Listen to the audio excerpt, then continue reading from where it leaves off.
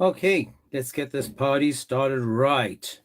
They call me James, I reduce them to stutters. All of you lying abusers get hunted. I come with truth and the proof you discover, and I'll give it to you, then you get to running like boom shakalaka. You get to running like boom shakalaka. You get to running like boom shakalaka. You get to running like. Where you going, bro? Let's go. That's right. It's a boom shakalaka topic. This definitely a boom shakalaka topic. Problem with this topic is that we'll never get closer to an answer if we don't start using history, common sense. History and common sense. We have to read the Quran, we have to read to see what it says, and then again, we just have to see what is it actually pointing to. So let's see what it actually says. Was the Kaaba built by Abraham, Ishmael? Was it the pagans? Was it a king from Yemen? A king from Yemen. That's right, blue-eyed devil. Which Kaaba? God bless you guys and welcome. Which Kaaba? Today I'm going to be showing you guys that yes, we have Kaabas in many parts of the world. Many parts of the world, Kaabas existed. In fact, the Kaabas existed even before the time of Muhammad in other places. This is why I'm saying that if we go to history, history is going to put a checkmate on the Kaaba. There's Kaabas today, Iran, Iraq, Nigeria, in Yemen, in many places we have Kaabas. We remember that in Petra, the first mosques faced the Kaaba that was in Petra, Jordan, and then they changed direction towards the Kaaba in Mecca. So first they faced Petra, then they faced away from Petra, then they faced Mecca. The first mosques ever built. So again, God bless you on the YouTube. I'm not sure why it's showing you the time and all those gifts at the bottom. I just can't seem to get rid of that. Don't know why it's doing that, but it's okay. It's all right. We don't mind. We don't mind. It's all good. It's all good. So let me give you guys just a quick breakdown while we're still starting. First, we have to say in the name of the Father, the Son, and the Holy Spirit. I ask you, Lord, to bless this live. Keep us focused on the topic. Open the hearts and minds of people and let them see the truth. Amen. So, if I look at this topic now, when you look at my pictures, guys, don't you laugh at the picture. I've got better pictures than this, but my point is this: you've got the pigeons on the Kaaba. You guys know about the pigeons. Then you got the guy that's trying to build the Kaaba. He's looking at his drawings. You've got a guy carrying the stone, the big black stone. He's carrying it to the Kaaba. You've got the guy already worshipping the Kaaba before the stone was put in place. Now, this is deliberate. I've got better people putting in better pictures, made better pictures for me. But this, again, breaks down everything. The Kaaba existed without the stone. The stone was brought to the Kaaba. People were worshipping at the Kaaba. Allah says he protects the Kaaba, but yet Allah also says that he sends the birds and they can mess the Kaaba. So the question is, when, who, why was the Kaaba built? And if we keep going with that, we're going to see that it doesn't make sense. The Kaaba doesn't make sense. So again, please guys, tap and share. Tappity tap and share, because this topic again is kind of a topic that Muslims struggle with because they have no proof. I know exactly where they're going to take me before they take me there. Watch me. I'm going to say this in Surah 2, 125 to 127. That's where they're going to take me. That's where they're going to take me. Now, while we're tapping and sharing, I just want to bring this into the scene. There is there are people saying that the Kaaba was built by a guy called Abraham. But we have to ask ourselves, the Kaaba in Mecca, was it truly built by Abraham and Ishmael? Let's see. Now, historically, we need to go back in time, because in Yemen used to have small tents. So the Yemeni migrants, when they came, they had small tents. And then they had roofless brick structures. And this now, when we go back in time, was already built by the Yemeni king in the 5th century. The Yemeni king in the 5th century. Now, history and Islam can't go together. Don't forget that. Islam and history does not work well together. In the 2nd century, 2nd AD, 2 AD, I mean, a dam was breached in Marib, and that's a city in Yemen. And it forced the Quza tribe to migrate from there to location where they later founded Mecca. Now, this is from a guy called A. Jamme, Jamme, W.F., where he looked at the Sabian inscriptions from the Mehram Bilqis, the Maghrib. So this is where the evidence comes from. Now we're going back into the evidence to see this. Okay? Now, because no temple existed there, the Khuzah tribe, K-H-U-Z-A-A-H, the Khuzah tribe, erected a tent there to worship in the same location the Kaaba was later built. In the 4th century, they started to build the city of Mecca. Again, if we go to Al-Azraqi, Kitab Akbar Makkah, Volume 1, page 6. Volume 1, page 6. So for people on YouTube as well, it's all on YouTube, guys. If you don't get it now, you can go back to watch it on YouTube and listen to what it says, right? So the Azraqi, A-Z Raqi, R-A-Q-I, in the Kitab Akbar Makkah, Volume 1, page 6 says that it was the Khuzah tribe that erected a tent there for worship in the same location where the Kaaba was later built. Now, the king of Yemen, Abu Ka'b Asad, he came to Mecca in the 5th century AD. 5th century AD, and he built the Kaaba similar to a Kaaba already existing in Mecca. Now, to find that out again, you have to go to A. Jamme, Jamme, W.F. Then you go to the Sabian inscriptions from the Mehram Bilqis, the Maghrib. Also, the John Hopkins Press of Baltimore, 1962, Volume 3, page 387. There you'll be able to find that it was the king of Yemen that built the Kaaba. Then there's another one where we look at the Tuba, T-U-B-B-A. He ordered Amir from Azd, A-Z-E-D, to complete the interior of the Kaaba. There we can find from Ibn Sa'd, Ibn S-A-A-D, from the Al-Tabaq, T-A-B-A-A-Q-A-T, Al-Kabir, Volume 1, page 64.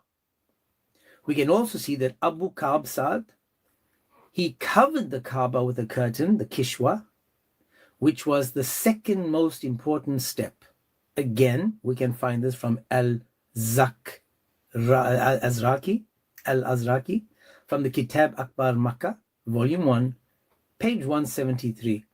The Yaqut al-Hamawi, the Mujam al-Buldan, Volume 4, page 463. So now we can see who built the Kaaba and when it was built historically. This is historically. This is from the history. Now we know Muslims, Islam, and history can't be in the same room together.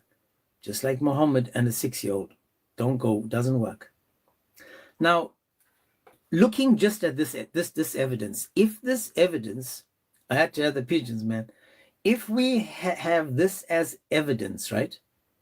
If this is the evidence that we have from history, pointing all the way back to this king, Ka'b Asad, Abu Ka'b Asad, who built the Kaaba, a replica of what they had in Yemen, he builds it in Mecca. We have to ask ourselves, well, were they Muslim or were they pagan? Now watch this. These Roman and Greek historians and geographers, they visited and explored the Arabian Peninsula, yet they never mentioned Mecca or Kaaba even once. The first name is a guy called Herodotus. Herodotus, he lived between 450 and 420 BC. And he wrote about Arabian cities. He never mentioned the Kaaba. Then we've got Theophrastus. He lived 4 BC. And he wrote about Sabian, Arabian, and Yemeni societies. He never mentioned the Kaaba. We've got Eratosthenes. He lived 3 BC. And he wrote about locations along the Arabian side of the Red Sea and about the Arabian societies. He never mentioned the Kaaba. Then you've got Then you've got Agatharchides, 2nd BC. So we've gone from 450 BC to 3rd BC, now 2nd BC, who wrote about Arabian cities and temples along the Red Sea, never mentioning the Kaaba. Then you've got Strabo, 1 BC, who wrote about the Arabian tribes and cities in Central and Western Arabia and about locations along the Red Sea. He never mentions the Kaaba. Then you go to Pliny the Elder in 1 BC, who wrote about 92 regions, cities, and tribes of Arabia, and never once mentioned Mecca or the Kaaba. Then you've got Ptolemy in 1 AD, who listed all the cities and regions of Arabia without a single reference to Mecca or the Kaaba. So, here's the pickle for the Muslims. We've now seen that throughout the historical time from 450 all the way to just after Christ, it's never been mentioned. It goes on. Because the Roman Empire attacked the Western Arabia along the Red Sea in 23 BC. No mention of Mecca or Kaaba. The Assyrian Empire conquered northern Arabia in the 8th and 7th centuries BC. Nada. The Babylonian Empire conquered the Hijaz under King Nabonidus in the 556 and 539 BC. And the Persian Empire conquered northern Arabia during the 6th BC. Again, nothing. So all these empires left behind traces of inscriptions, buildings, archaeological artifacts, but zero, give an indirect reference to a place of a holy site in Mecca, let alone the Kaaba. You've got the remnants of the Dedan in northern Arabia, 9 BC. Remnants of Haiba, western Arabia, 8 BC. Remnants of Tema, northern Arabia, 1 BC. You've got stone carvings from an ancient place in Shabwa, the capital of Hadramut in Yemen. I'm butchering the names. Southern Arabia. You've got the ancient Haiba Dam. You've got a palace of Petra carved out in rock by the Nabateans in Jordan, 2nd BC. You've got the seal of the Dilmun Kingdom, Eastern Arabia, 3rd BC. Remnants of Dilmun Kingdom, 3rd BC. Inscriptions of the Sabians, 1 BC. You've got an ancient fort of the Maghrib in Ma'in Kingdom, Yemen, 1 BC. You've got inscriptions of the Megan Kingdom, southern Eastern Arabia, 3rd BC to 2nd BC. You've got remnants of the Megan Kingdom in southern Eastern Arabia, 3rd century to 2nd century BC. You've got the Mahram Bilqis temple in Maghrib, Yemen, 1 BC. You've got the ancient dam of Maghrib, Yemen, 1 BC. All of these places that I just mentioned have archaeological discoveries. Every single one of them has some kind of artifact, something from the area. But what do we have from Mecca? Zero. Nothing. So all archaeological excavations in Mecca has yielded artifacts belonging to this 4th century, and nothing belonging to an earlier period has ever been discovered, which clearly indicates that Mecca did not exist prior to the 4th century. So all the stuff that I'm saying now, everything that I just mentioned, there is zero evidence from before the 4th century AD. Nothing. Zero. So this is proof that Abraham never, ever stepped foot in Arabia, let alone Mecca. Remember, the Bible says that Abraham lived in Hebron, which is southern Canaan, until he died. That's from Genesis 25:9. Thousands of miles away from Mecca. Far away, man. Unless he also had a magic carpet. And then the Muslim will want you to believe the Zamzam. So regarding Hagar drinking from the Zamzam well in Mecca, this again is clearly refuted in the Bible, Genesis 21:14-21, in the Bible, where it says clearly that when Abraham ordered Hagar and Ishmael to leave, they drank from a well in Beersheba. I have been to Beersheba, where they still to this day talk about it. And this is thousands away from the Zamzam of Arabia. And to think that Hagar and Ishmael made that journey, that would take months through expanse of desert and without drinking water.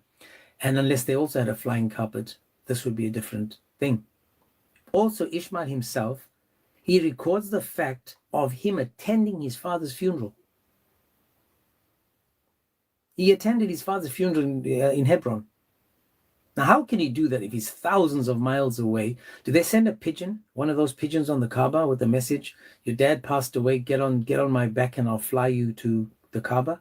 Back to the gravesite? Come on, man. Because it's the Genesis 25:18 clearly states that Ishmael lived in Canaan and Mecca is too far away. And if they went as far as Egypt, Egypt is still too far away from Mecca. And the fact that Muhammad's own grandfather, Abdul Muttalib, he dug the Zamzam in the 7th century, apparently. Come on, man. How in the world can he dig a well if Ishmael and Hagar drank from it? Make that make sense. If he dug the well, apparently, that's what the Muslims say. How in the world did he manage? You can't make this up. Now, we just established that there's many Kaabas. Many Kaabas. The topic is who built the Kaaba. Let me change the picture just for you guys again.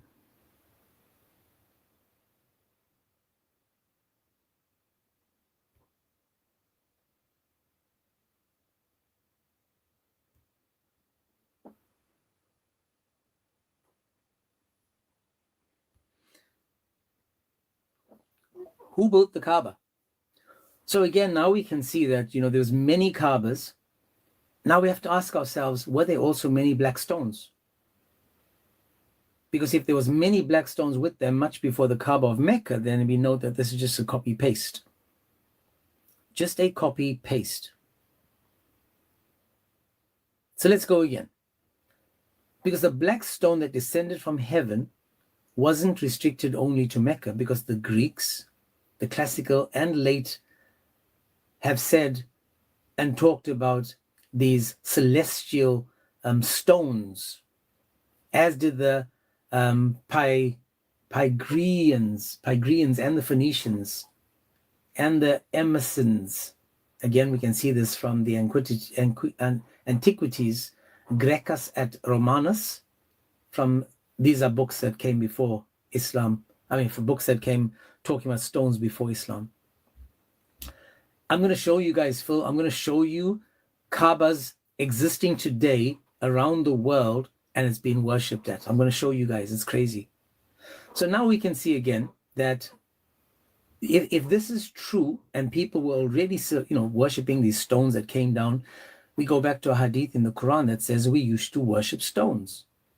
There's a hadith that says we used to worship stones, and when we found a stone, we worshipped it, and if we found something better, we threw away the first one and worshipped the second one. So again, they used to worship these stones. The bishop of Najran, who was probably an historian, came to the great fairs of Mina and Ukaz and preached Christianity, and seated on a camel as a pulpit. The church of the Najran was also called the Kabat Najran. The Kaaba Najran at the Jabal Tasdal, it drew worshippers for some 40 years during the pre-Islamic era. And the Arabian sources single out Katham as a Christian tribe which used to perform pilgrimage to the Christian Kaaba of the Najran. So when Najran was occupied by the Jew Nuwas, the Kaaba of Najran was burned together with the bones of the martyrs, where some 2,000 Christians lived. So we had Kaabas, plural Kaabas, in many, many, many different places, and they worshipped. There were people worshipping there, and it wasn't exclusive just to the Muslims. So now we can see that the Kaaba existed outside of Islam, before Islam, and historically it tells us that it was the king of Yemen, Abu Ka'b Asad, who came to Mecca in the 5th century and built it there. This is why you find zero artifacts, zero archaeological finds from the era and from before showing this. Now, I want to show you guys quickly, if I just do a quick Google, I'll do this, and I'll show you the Kaaba in Iraq, for example. I'm not joking, guys. You guys can do this as well. All you have to do is Google Kaaba in Iraq, and I will show it to you now. The Kaaba in Iraq. We'll go through different cities and show you. Because the Kaaba, again, no one knows who built it. No one knows when it was built. But one thing we can guarantee is it wasn't built before the 4th, 5th century after Christ. After. And when we talk about Zamzam water, how did Hagar and Ishmael drink from the well that Muhammad's grandfather dug? Unless he was also the cousin of Moses and Abraham. So check this out. I'm going to show you guys now. This is a Kaaba from, why is it not showing? 1 second.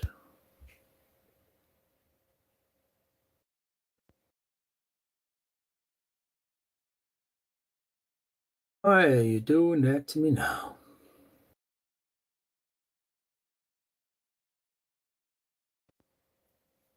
Oh, there we go. So you've got a Kaaba. You've got some Iraqi Shias triggered and angered by another Kaaba. So you've got Kaabas now, and again, this is in Iraq, right?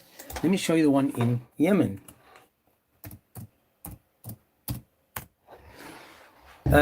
This is another one, a Kaaba in Yemen.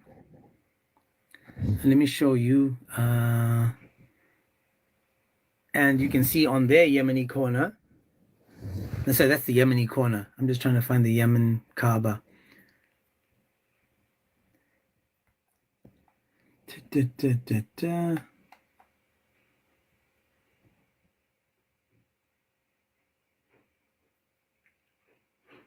Where is it? It used to be easy to find, but you can find. So now we saw the one in Iraq. There's one in Yemen. Oh, there we go. This is how they used to be. This is how it was, the Kaaba. Now you can find one in Nigeria.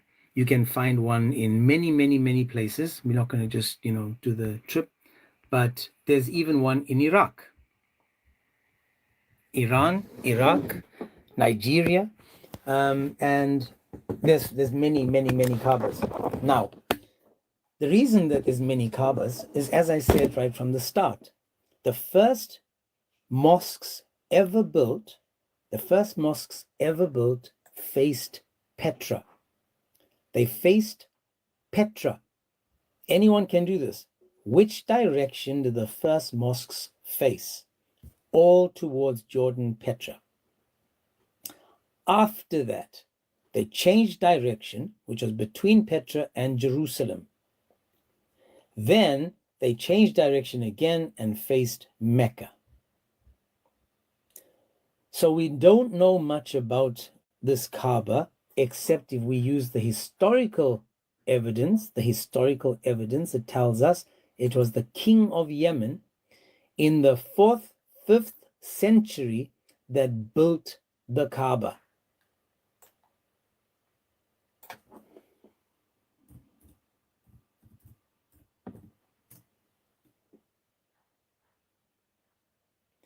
Let me show you the Kaaba in Nigeria, because they have replica Kaabas everywhere. Actually, you guys do it. You guys do this. Search Kaaba, go to all the different places you want, and you'll find that the Kaaba was built by many different people. And it's still to this day. I actually saw a video not the other day saying that it's too expensive to go all the way to Mecca because, it's a money-making machine, right? This is just for money. Just for money. So when you do the Kaaba, you can ask any Muslim, how much does it cost for you to go pray to your God at the Kaaba?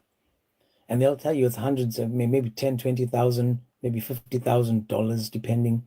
It's crazy, silly, stupid prices. Crazy prices.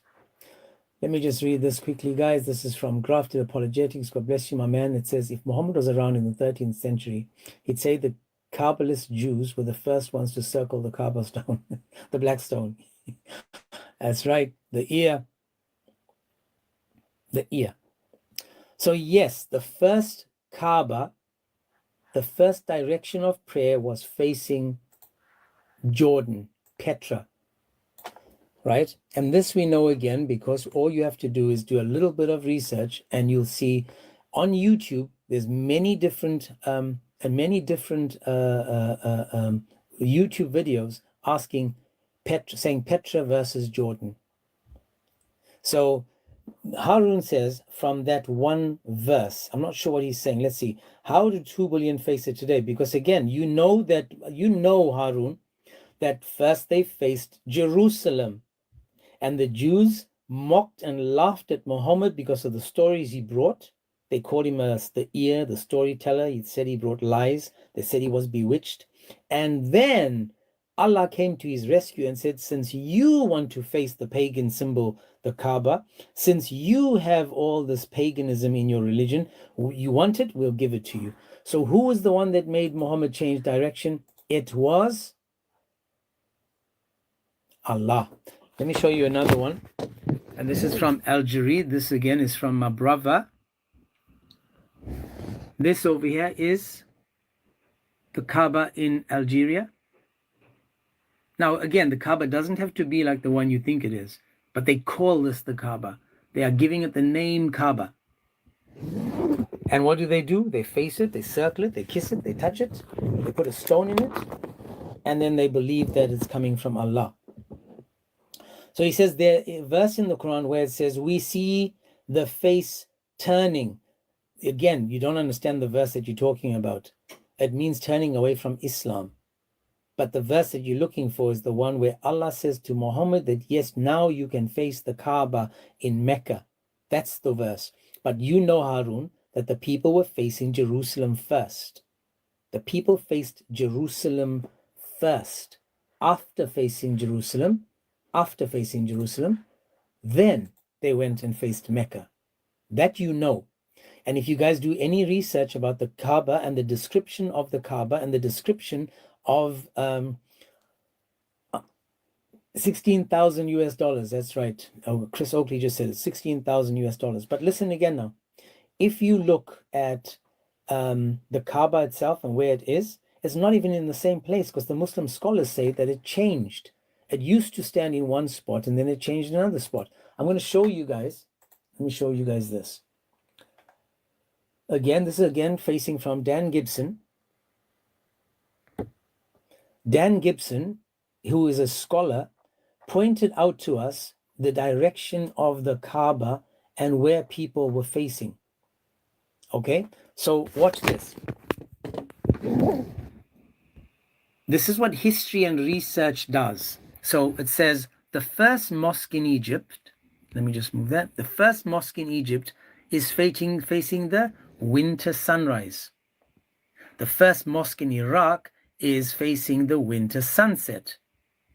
Now, where's the Kaaba? It's all the way down there. So they didn't face the Kaaba. Only later did they change the direction of the buildings so that it faced the Kaaba. And the position of the Kaaba also changed. It wasn't where it is today. Now, Dan Brown does an amazing thing. This again is from the muslimheritage.com, pointing to this. Because Dan Brown also, he breaks it down and it talks about where the black stone is. And, this is a Muslim site trying to debunk it, yet they can't, because again, it's pointing out to where these Kaabas faced. This is why when you look at the black stone, for example, in my picture over here, which I was so brilliant at, says clearly that you have a man constructing it, you have someone worshipping it, and you've got someone bringing a stone, while the pigeons are the only ones to have exclusivity on this. So if it's true that it existed before the black stone was put into it, and pagans were already using it, and there's only evidence of it being from the 4th to the 5th century from all the artifacts, then how in the world did this exist at the time of Muhammad? And you have to be honest with yourself, because again, I'm not saying that,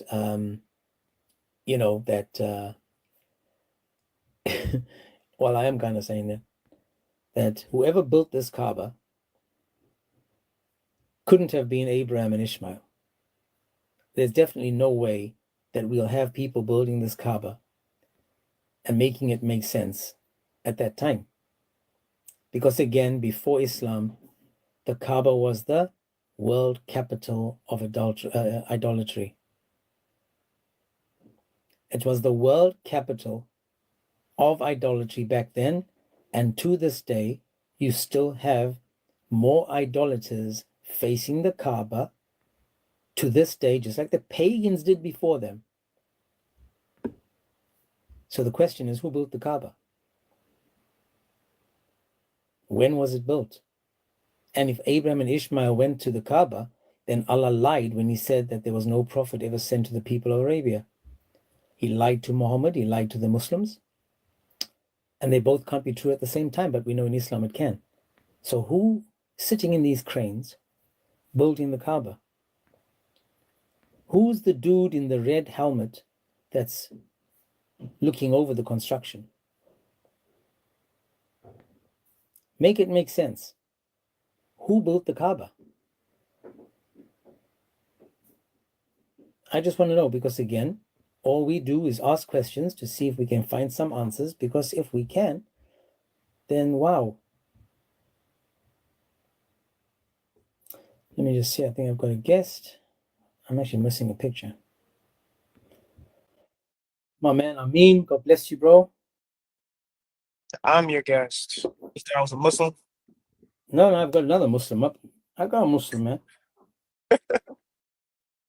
Well, I was like, man, I can pretend to be a Muslim if you want. No, I've got a Muslim. Where did he go? Hatim, what's his name? Hatem, I sent you, you requested, and then you disappeared. How's the conversation been going so far? You get anybody up here? No, what I did was today is I first went through the history. I'm not sure if you know the history before the Kaaba was built, because we've actually got people that can attest to who built the Kaaba. And Yeah, with like, evidence, are we talking archaeological and historical evidence? well, and see, that's what I was getting ready to say. When it comes to matter of fact, I didn't even say good morning to you. I just jumped in here like I own You the acted like a house. Muslim. Yeah, dude. Good morning, James. How are you doing today? Morning, bro. God bless.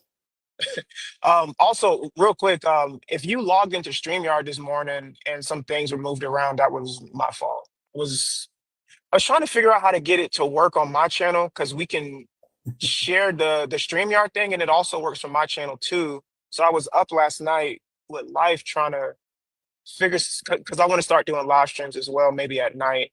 And so basically, I'm sorry if stuff is moved around and it's weird.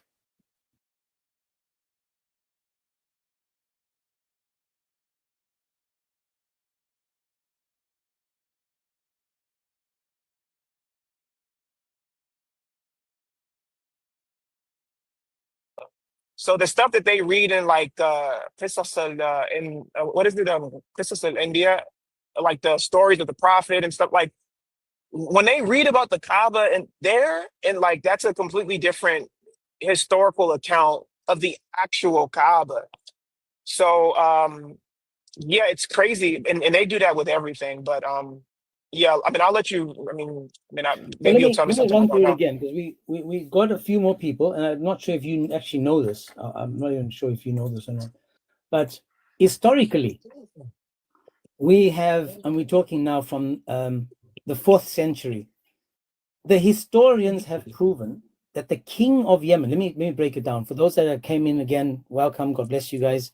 Let me show you guys again how I started it. Because what I did was I showed the history first. In the second AD, 2 AD, a dam was breached in Maghrib in the city of Yemen, forcing the Quza tribe to migrate from their location where they later founded Mecca. So Mecca was founded by the Yemenis people because of the dam. And this again you'll find in the Sabian inscriptions from the Mehram Belkis, the Maghrib.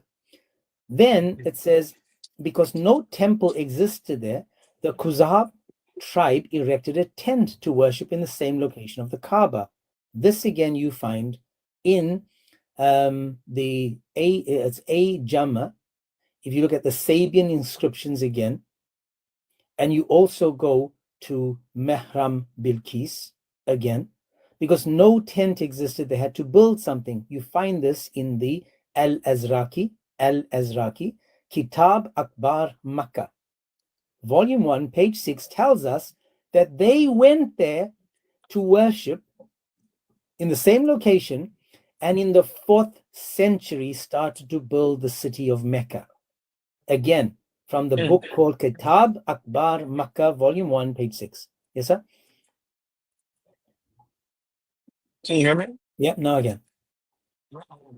So my internet is wonky. You said started in which century? The 4th century? The 4th century, they started to build it AD? according AD. 4th century What? I thought AD. Mecca was like Ibrahim went to Mecca and built the Kaaba, and the 4th century? Watch this. According to the historical evidence, the king of Yemen, Abu Ka'b Asad, came to Mecca in the 5th century, and he built the Kaaba similar to the Kaaba already found in Yemen. In Again, Yemen, go yeah. to the Sabian Yeah, there was a bunch of inscriptions. Kaabas. That's right. And to find the information, you go to the Sabian inscriptions of the Mehram Bilqis, Maghrib, and the John Hopkins Press of Baltimore, 1962, volume 3, page 387. And then it also continues because Tuba, T-U-B-B-A, he ordered the Amir from the Azd to complete the interior of the Kaaba. So we have a name of who does it. And then we can see Abu Ka'b, the king, he covered the Kaaba with curtains, the Kishwa, which was the second most important step. Again, we find that in the Al-Azraqi Kitab Akbar Makkah, volume 1, page 173. Also, the Yaqut al-Hamawi, the Mujam al-Burdan, volume 4, page 463. Wait, James. What did they like so essentially like the Sabians or like pagans. And the Yemenis, like the Yemenites during that time were also pagans as well. What did they use the Kaaba for? Like, beautiful. As I said, if these are not Muslims, right? The Yemenis are not Muslims, and they are now worshipping and building the Kaaba, then the question is, well, what religion were they? Because again, when I looked at the historical evidence of the Roman and Greek historians and the geographers that visited and explored, I explained earlier, Herodotus, I might be butchering the names, he lived between 450 and 420, and he wrote about the Arabian cities. Then you've got Theophrastus, who lived in the 4 BC. He wrote about the Sabian, Arabian, and the Yemeni societies. Then you've got Eratosthenes. He lived in the 3rd century. Again, he wrote about locations along the Arabian Peninsula, the Red Sea, and the Arabian societies. Now, so far, none of these ever mention Mecca or the Kaaba. Then he goes to, in the 2nd BC, Agatharchides, who wrote about the Arabian cities and temples along the Red Sea. You've got Strabo in 1 BC, who wrote about the Arabian tribe cities, Central and Western Arabia, and about the locations along the Red Sea. He never mentioned it. You've got Pliny the Elder, 1 BC, who wrote about 92 regions, cities, and tribes of Arabia without mentioning Mecca once. Then you've got Bartholomew, 1 AD, who listed all the cities in the region of Arabia without any reference to Mecca. And we know that the Roman Empire attacked Western Arabia in 23 BC, no mention. The Assyrian Empire conquered the northern Arabia in the 8th and 7th century BC. Again, there was little information. The Babylonian Empire conquered the Hijaz there was zero information in the 8th, 7th BC. The Babylonian Empire conquered the Hijaz under King Nabonidus in the 5th century, nothing, BC. The Persian Empire conquered the northern Arabia in the Achaemenid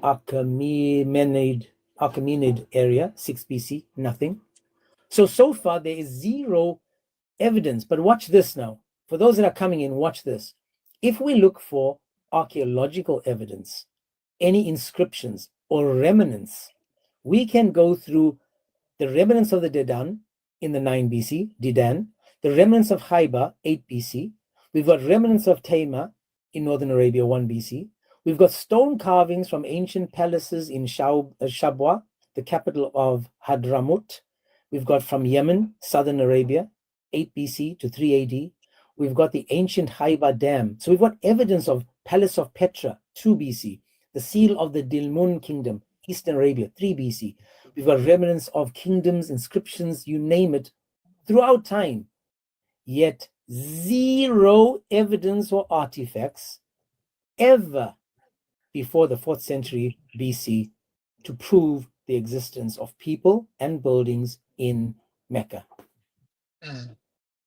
So you said something earlier about the prince of, was it the prince of Yemen or the king of Yemen, Amir, the Amir of okay, yeah. You said that he ordered people to like fix the interior of the Kaaba. The question I have was, what was in the Kaaba then and what's in the Kaaba now? Well, Do that's you a know? Muslim question, bro. No idea, because they were worshiping something in there. Right. So like that's what I'm getting to, because typically, like, within Middle Eastern cultures, um and you can even see this with like other pagan groups, and this is what set Judaism at that time so separate and so set apart from the other religions, because they would have a type of temple, and in the temple there would be like, a section of the temple on the inside where they would set up an idol to their god, and then the idol would be like in a particular part inside the temple, because they believed that, like, the idol or whatever lived there. Judaism came and showed them, like, no, that's actually not like how we get down. Like, the actuality of it is, like, yes, we have a temple within Judaism, but we don't say, like, we don't, this is why, like, we don't believe that in Acts it says, like, God is not something that can be like made with stone or something like that, or carved. In the Jewish temple, there is just a regular area, and then there is the we call it the Holy of the Holies, which represents, it doesn't, God is not, quote unquote, in there in the aspect of an idol. The presence of God is there. It is localized on earth, not because God isn't everywhere at all times, but to show people that God is not an idol. It's not something that you can make yourself. So whenever the priest would enter the Holy of the Holies, there would be no idol there, because the presence of God basically exceeds that.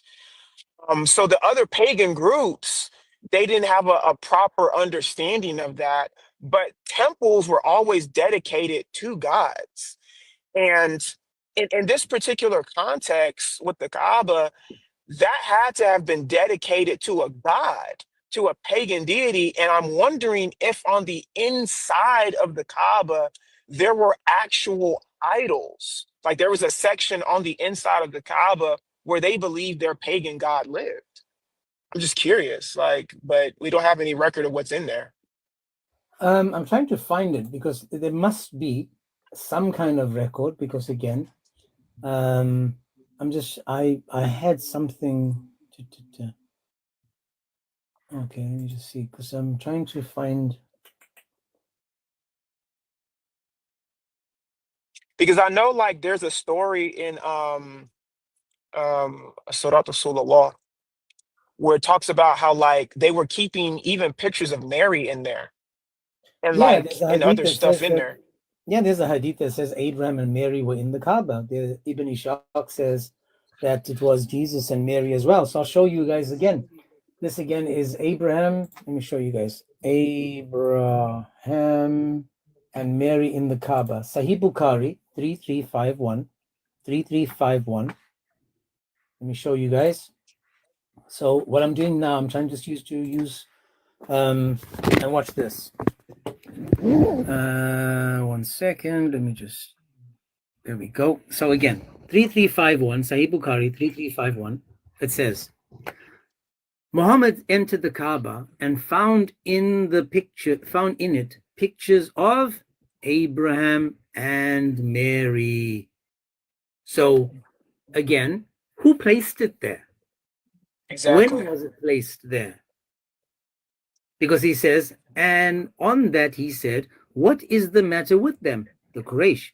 They have already heard the angels, do not enter a house in which there are pictures, yet this is the picture of Abraham. And why is he depicted as practicing divination by arrows? So the question would be, again, if it was true that he was practicing divination with arrows, the people were still facing it. This is why, guys, look at my picture. I've got a guy that's, overlooking the construction. Oh my Lord, I've been hit with hate speech already. Come on, guys. How is that hate speech? How? Brothers and sisters? Come on, man. This app, dude, it sucks, dude. I'm sorry. Like, it just is what it is. It sucks. Like, you can't even have a normal freaking conversation. It's very sad, but it's okay. So this is why the construction is going on over here. You've got some guy bowing to a Kaaba. It's not completed. You've got someone bringing the black stone. It's not completed. You got the pigeons taking home. It's not completed. You got the guy looking up at the construction. Still not completed. The question is, who is going to complete it? Who completed it? When was it completed? Because right now the Kaaba is under construction. Like right now? No, look. Oh, well, right now, okay. But I mean, but it's a very good question though. Like, I'm just like, I want to know what's in there, like right now. Like, is it like you know, like how you have a like your garage is just full of all the right stuff now? that you Sorry. put. I can tell you what's in it right now. What's in it right now? Because I'll show you pictures. Because right now you can see they actually show you online what's in the Kaaba. Really? Yeah, it's basically nothing.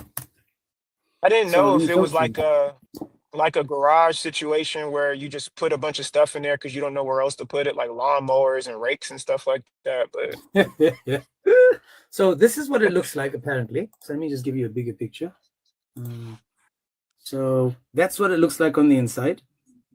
okay, that's Okay, nice. and then you look at this another picture, Hmm. and then you've got another picture. Do you see Now that that's section an in the middle? altar. Notice Yeah, that's an bro, altar, I right? was just getting ready to say that. That section in the middle is an altar.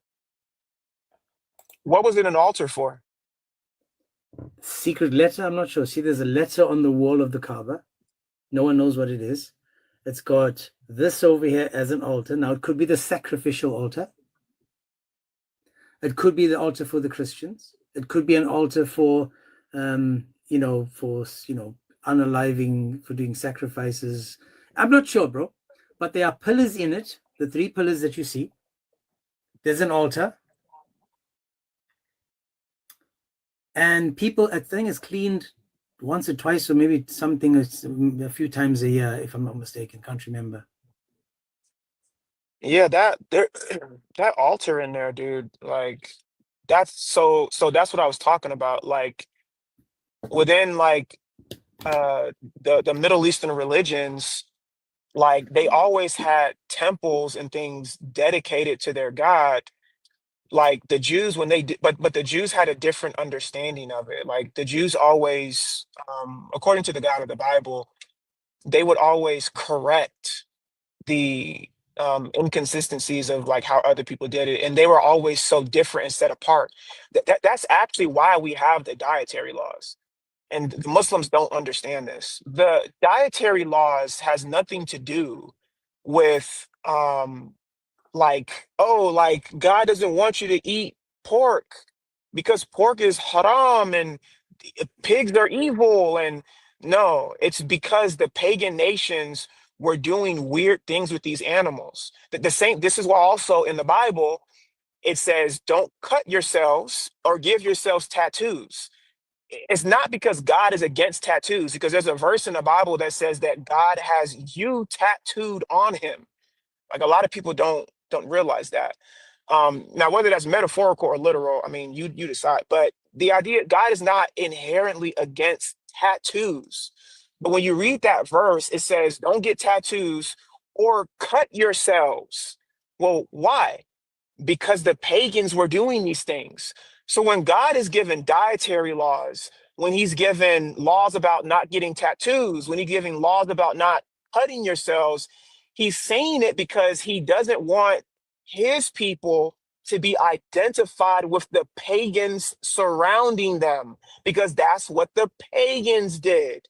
This is also why um, it says, I just had the thought in my head, it just went right out of my head. So many thoughts in my head. But yeah, like that's the whole reason for those things. It's not because pigs are evil.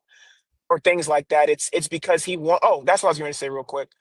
The word holy, if you actually look it up in the Hebrew, I think it's kodesh or something like that. It's similar to kudus in Arabic, but it actually means set apart.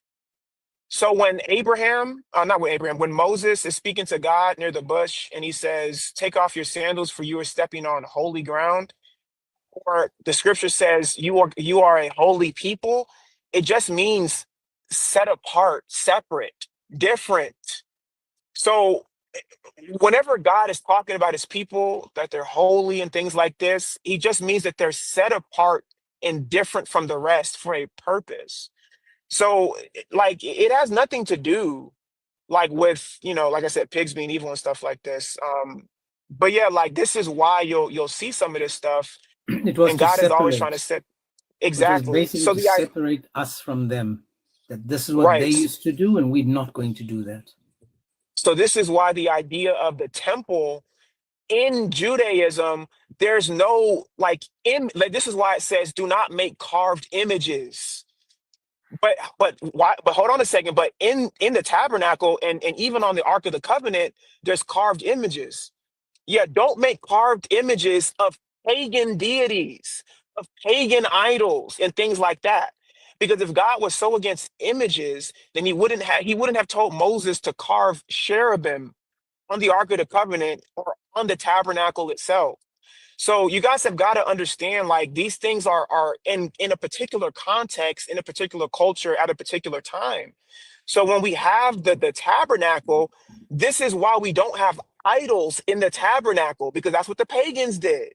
So that altar in the Kaaba, I'm pretty sure where that altar was, there was an image of some type of pagan idol. This is why outside of the Kaaba, James, and correct me if I'm wrong on this, there was 360 idols, right? Yes, sir. Yeah. So I mean, guys, come on, like this religion, dude, is just so detached from history and any meaningful context. It's insane. Anyways, sorry. No, but that's true. Again, so if there's any Muslim that wants to come up and make it make sense, we'll start with the question: who built the Kaaba?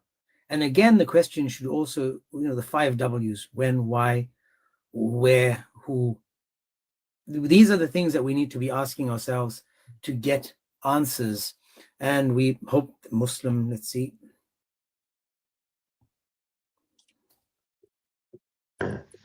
Hey, James. How are you doing, bro?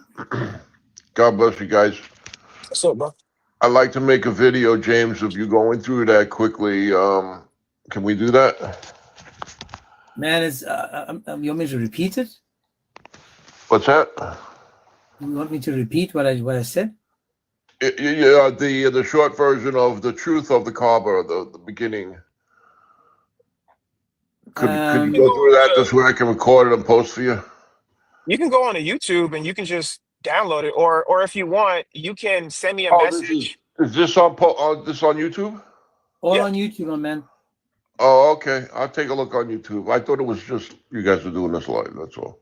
Yeah, and it's you can just start. I started it. It's right at the start because it tells you, basically talking about the Yemeni king coming into the 5th century. Yeah, well, that's what got my ear, and I'm like, oh wait, everyone should know this, Yeah. So, well, let me, for those that haven't, and I'll say it again because I don't think we've done the research and how people have understood this. But according to the research by those that have come before me, it tells us clearly. Thank you, Ronnie. I'll check it in a second. So, okay, I'll just say it again, just so you know. So, we can see from evidence, historical evidence, that the Kaaba was built in the 4th century AD. That's around 400 years after Jesus, 400 to 500 years. That is the time when we have evidence. The reason for that is that we can see in 2 AD, a dam was breached in the Maghrib, a city in Yemen, which forced the Khuzar tribe to migrate from there to a location where they later founded Mecca. you go to Jamme, Jamme, and WF for the Sabian inscriptions from Mehram, the Mehram Bilqis, the Maghrib. Because no temple existed there, this tribe, the Khuzan tribe, erected a tent there to worship in the same location the Kaaba was later built on. In the 4th century, they started to build the city of Mecca. This is according to Al-Azraqi in the Kitab Akbar Makkah, volume 1, page 6. So the Are king you of saying Yemen- that at the beginning it starts off with the need for water and water table and them having to travel? No, a river was a dam breached, meaning the dam broke and probably Okay, was destroying their and then city. that's where it wound up staying there, because I've seen a book on the Kaabas of the world. There's like 7 Kaabas in Saudi Arabia, like a red Kaaba, black Kaaba, or white Kaaba, Yeah, and there's they're many all Kaabas. heads of water sources. Yeah, so they had to basically run from the city because of the water damage, because the water came out and, buggered the city, basically, as I understand it from reading this. And then it just tells you that after this, they started building the Kaaba. Then the king of Yemen, Abu Ka'b Asad, came to Mecca in the 5th century, 5 AD, and he built the Kaaba similar to the Kaaba found in Yemen. Again, you find it from the Sabian inscriptions from the Mehram Bilqis, also the John Hopkins Press, Baltimore, 1962, volume 3, page 387. Then a guy called Tuba, he ordered that Amir from Azd, Azed, to complete the interior of the Kaaba. You find that in Ibn Sa'd, Tabakat, Tabaaqat, Al-Kabir, volume 1, page 64. Then the king, Abu Ka'b Sa'd, he covered the Kaaba with a curtain, and this was again according to Al-Azraqi from the Kitab Akbar Makkah, volume 1, page 173. Also from the Yaqut al-Hamawi from the Mujam al-Buldan, volume 4, page 463. Is this the book where the renovation took place? It used to be a rectangle and not a square. No, this is not the same. This is just, if you guys, this is just information that I've gotten written down from different sources, trying to compile the history or understand the history of this. So basically, again, no historian from 450 years before Christ until this king has ever mentioned Mecca or using Mecca as a source of on a map or nothing. The first time Mecca arrives or is proven in a map is around the 7th century. The first time in 700, I think, and 15 was the first time Mecca existed or as a place on a map.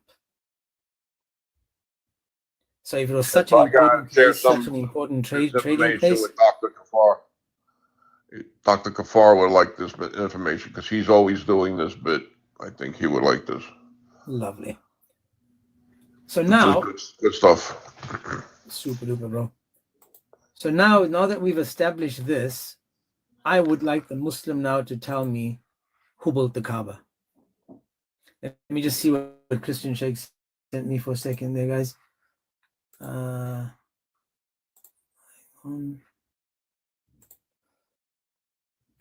Okay, now Muslims, if you Muslims want to come up, you're more than welcome. Just make us understand what we misunderstand. Let me see if I can take that to. Now in Shamala. Yeah, I'll go down and listen, bro. I'm going down. Bro, thank you. God bless, bro. So let me show you guys this. I haven't read it yet, so it better not shock me. This is from Shamala. Let me just zoom out there, see if you guys are going to take a screenshot. It says, in the corner is a book in Syriac, but they do not know what it is until a man from the Jews read it to them and said, I am God Abu Bakr, Duhu Bakr. I created it on the day I created the heavens and the earth, and I created the sun and the moon, and made it with 7 kingdoms of the Hanafa, which will not disappear until its wood is gone. Blessed are its people in water and milk. My grandfather told me, Uthman said, Muhammad ibn Ishaq told me, Layth ibn Abi Sulaim claimed that he found a stone in the Kaaba 40 Hijra before the Messenger of Allah was resurrected. Let me see if I go.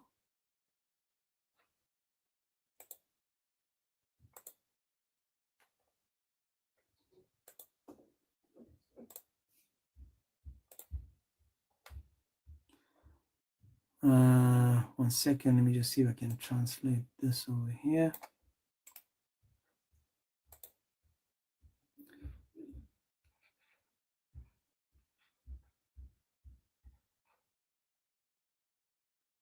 Yeah, lovely jubbly.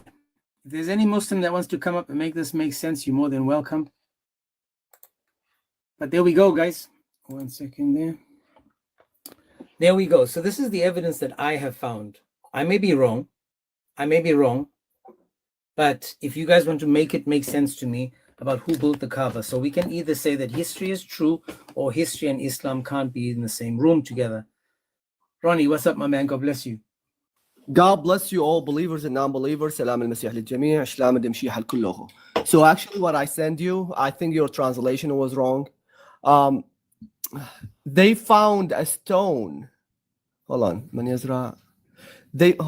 Uthman bin Ishaq. You read it, but the translation was wrong. They found a rock or a stone in Kaaba before Muhammad, he was sent as a prophet, by 40 times, by 40 pilgrimage, before 40 times he did.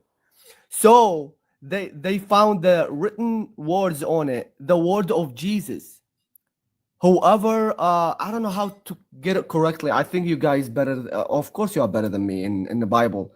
It's saying that whoever plant a good seed will sow a good seed. Whoever the sower of seeds. Yeah, saying like if you sow something bad, you're gonna get something bad. This is what they saw in that. You reap what you sow. Yes. So if you read, which is page 55, the one you read, is they found some words in Syriac, and then this is what they saw. Go ahead, go ahead, brother. Yes. Study showed me that source before. And he used to always use that whenever the Muslims would come up and say that the Bible is corrupt. He'd be like, how can the Bible be corrupt when, according to your own sources, the Bible was found in the Kaaba? Like, verses from the Bible are in the Kaaba. Like, how could it be corrupted and lost and not the truth when even you guys were using it? I think I have that source somewhere because I made a video on it like 2 years ago. But even if you go in the Quran, when you look at the footnotes for that verse, it says like this is taken from, because there's like a paraphrase of that in the Quran, and it says that this is also found in like Matthew and Luke and stuff like that. So it's it's crazy, bro. Like how they just, I don't know, man. It's another conversation. Yeah, I just found it, which is Matthew 7, verse 16. This is exactly what it says in that stone in Mecca. The same exact thing. And this is what from my reading, from the things that I heard from my brothers and sisters talking about Kaaba, they saying that they found a lot of things this belong to Christians. Because you guys, know that Christian, they were actually in Saudi Arabia before Islam, before Arabs. And then Muhammad, he came, and the pagans, they came, and Jews and Christians, they live all together in peace. But who disrupted that peace was Muhammad and his gang when he traveled, when he ran away from Medina to Mecca. And this is what happened. He was jealous what they had, and he actually control everything, and he destroyed their gods or whatever the pagans they used to have. And you guys, you know that in Kaaba, when they opened it, they actually found the statues you just read, James, Abraham. They actually saw a statue of Virgin Mary and Jesus in her lap. And he said, destroy everything except these. And he put his hand on them. And I heard a lot of stories. Seriously, I just want to say this. Kaaba, they said it was a Christian church. And this is why you see an altar over there. I'm going to make more research. James, please forgive me, brother. Probably I'm going to bug you a lot. I'm going to send you a lot of sources because I'm searching too in Arabic. And you know that these things in Arabic, you're not going to find them in English. So I tried to send them to you. The one I send you, I am 100% the translation was wrong. I know you read it. You could not know what's actually talking about. But it's the pages in the front of me. And they quoting the words of Jesus they found on a stone inside the Kaaba. Thank you so much, brother. Thank you, bro. I will go down. If I Every find time I anything, talk, I I'll have let an you know. echo, so that's why I was quiet. I apologize, brother. No problem. Thank you so much, James. Thank you, God Amin. bless, bro. God bless. God bless. Yeah, that was. You know, James, it actually kind of makes sense. So you remember how I was telling you Yo, what guys one?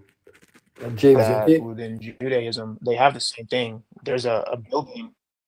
Oh, you guys hear me? Yeah, we can now. You were falling out.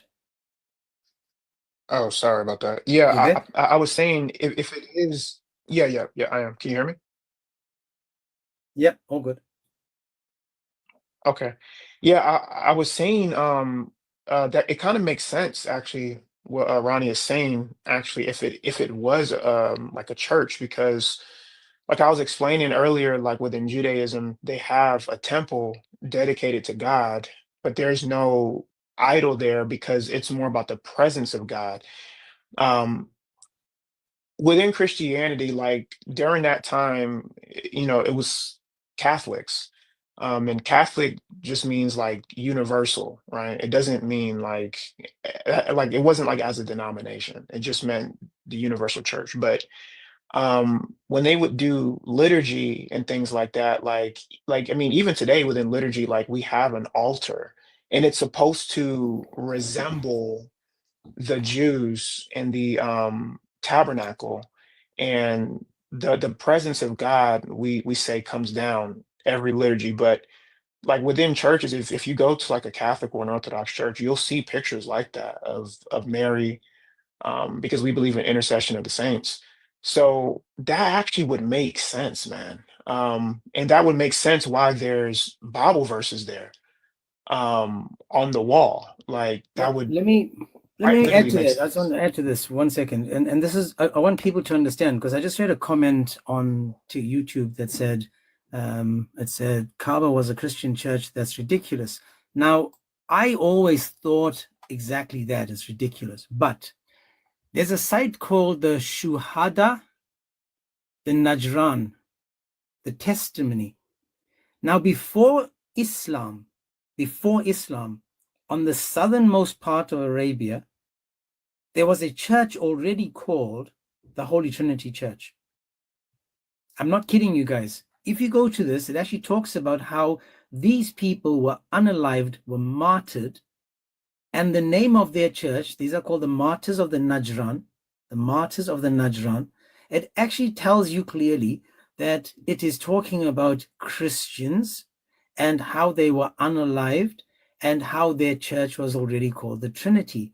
Before Islam existed, before Muhammad existed, before the Kaaba was built, we already know that the Christians had a church called Trinity in the area. This is why, guys, history and Islam, man, just cannot be in the same room together.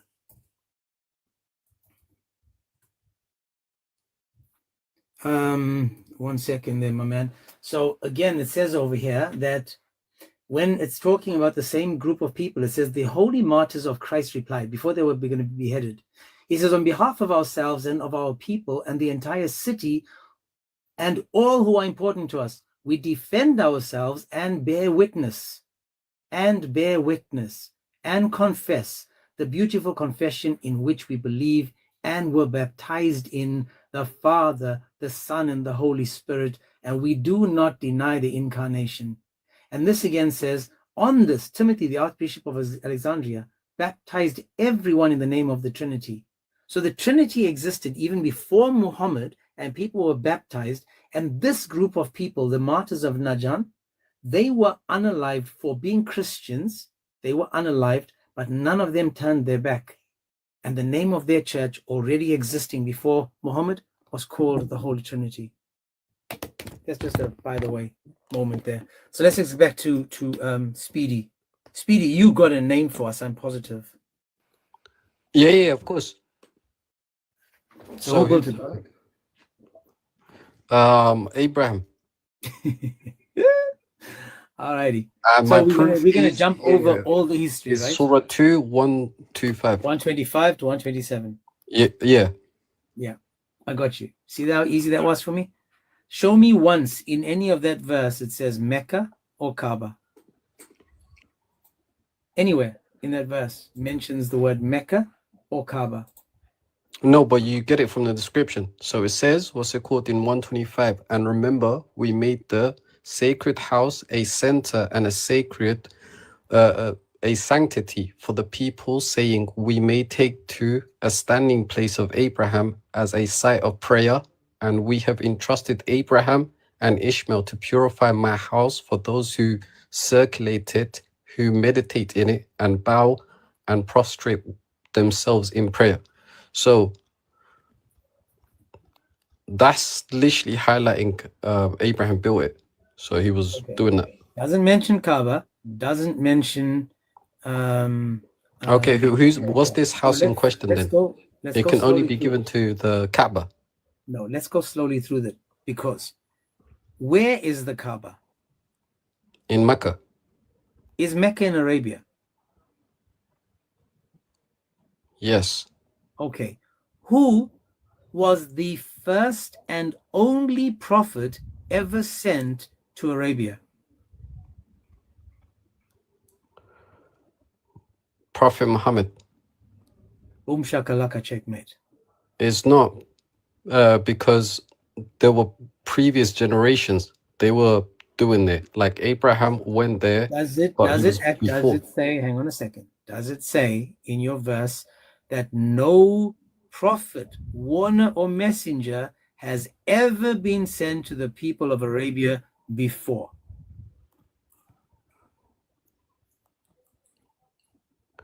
It does. Beautiful. Before But- means for all time. So if you saying Allah lied and Allah said, oh, hang on, we did send them before, but they just didn't speak about Allah. Or we did send them before, but it was a different generation. But that's not what the Quran says. It says that you may warn a people. A people means a group, a nation, who have never been warned before you. Before you means before Muhammad, all the generations before Muhammad, those people were never warned. This is what the Quran tells me. The Quran says over and over that we send you to a people who have never had a warner before you. It says that you may warn a people whose ancestors have never been warned and are therefore heedless. Surah 36, 2. There might be in a fresh generation then. I know everything is fresh with you guys, man. But again, when it says that your ancestors have never been warned, doesn't it mean that all of the people before Muhammad in Arabia, I'm giving you Arabia, have never been warned? Because it says you are the first to go to the Arabian people. No one has been there before you. Now, if Abraham and Ishmael were prophets, But there were people that were there before them, like in time-wise. Exactly. But they weren't So Arabs. If Abraham They were went Jews, there, I think. Oh, no, hang on a second. Hang on. Make up your mind.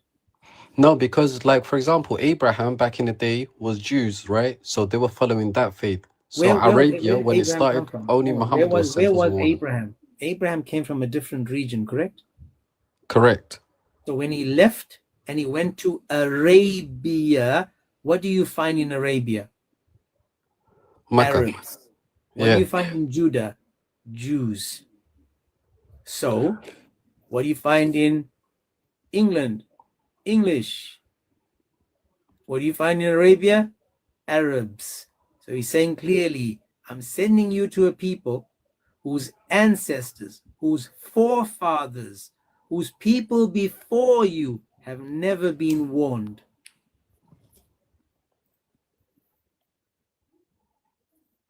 Surah 28. No, I see the 46 and predicament 57. in the way you asked that question, but this is not the case because they weren't warners to the people that lived in that time. Like, for example, each prophet, like Moses, was sent to the Egypt, like to Okay, get watch the this. people out. It's Watch this, different. Speedy. Watch this, Speedy. Is Abraham a prophet when he lived in Iraq? Yes, Is he a prophet when he lived in Israel? he was always a prophet. Yes, Okay, so was he also a warner, also a messenger, always? yes, When he got to Arabia, was he still a warner, a prophet, and a messenger? yes. Okay, so we have a warner, prophet, messenger that went to the forefathers of Muhammad in Arabia to build the Kaaba.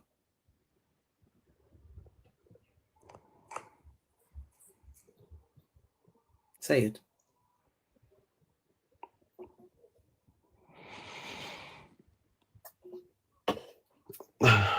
As a checkmate, because there's the he was there, but he wasn't warning those generations because No. Muhammad's generation came after. Like, Not for talking example, about generations, it's talking Jesus about was people 1,000 were years never- prior.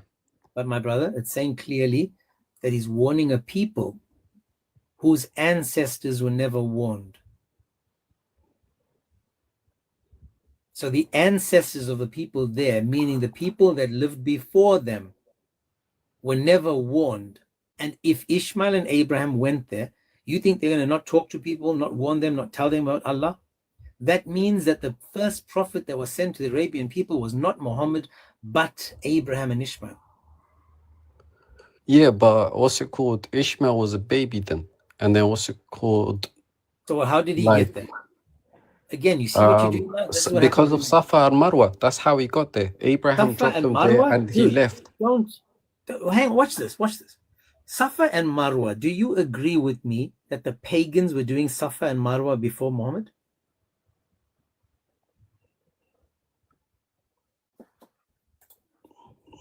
No, Beautiful. Let's go to your hadith. Right. Watch this. And Marwa, and we're going to show you that this was done during the pre-Islamic period. Right. Again, but they were doing it to Pre-Islam. pagans. They were worshiping God. who was? The pagans at that time. They were worshiping idols. Okay. But the So ritual, you guys, the circulation of it, is because of what's it called? Abraham's wife when she left her baby. Okay, watch again. Watch again. Notice that every single thing that Muslims do during Hajj, every single thing was done by the pagans before them. Everything. Every single thing you do today at the Kaaba was done by pagans before you.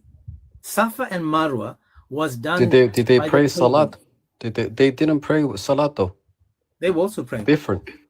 Well, no, hang on a second. I said all the rituals, not the prayers, the rituals. But the Ashura, the fasting was also done, but they also prayed. They were praying using exactly the same thing that you are using today.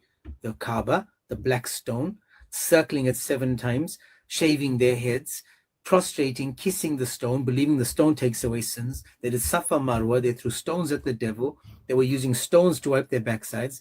They were kissing the stone. They were throwing stones. They were doing the Ashura, which is the fast.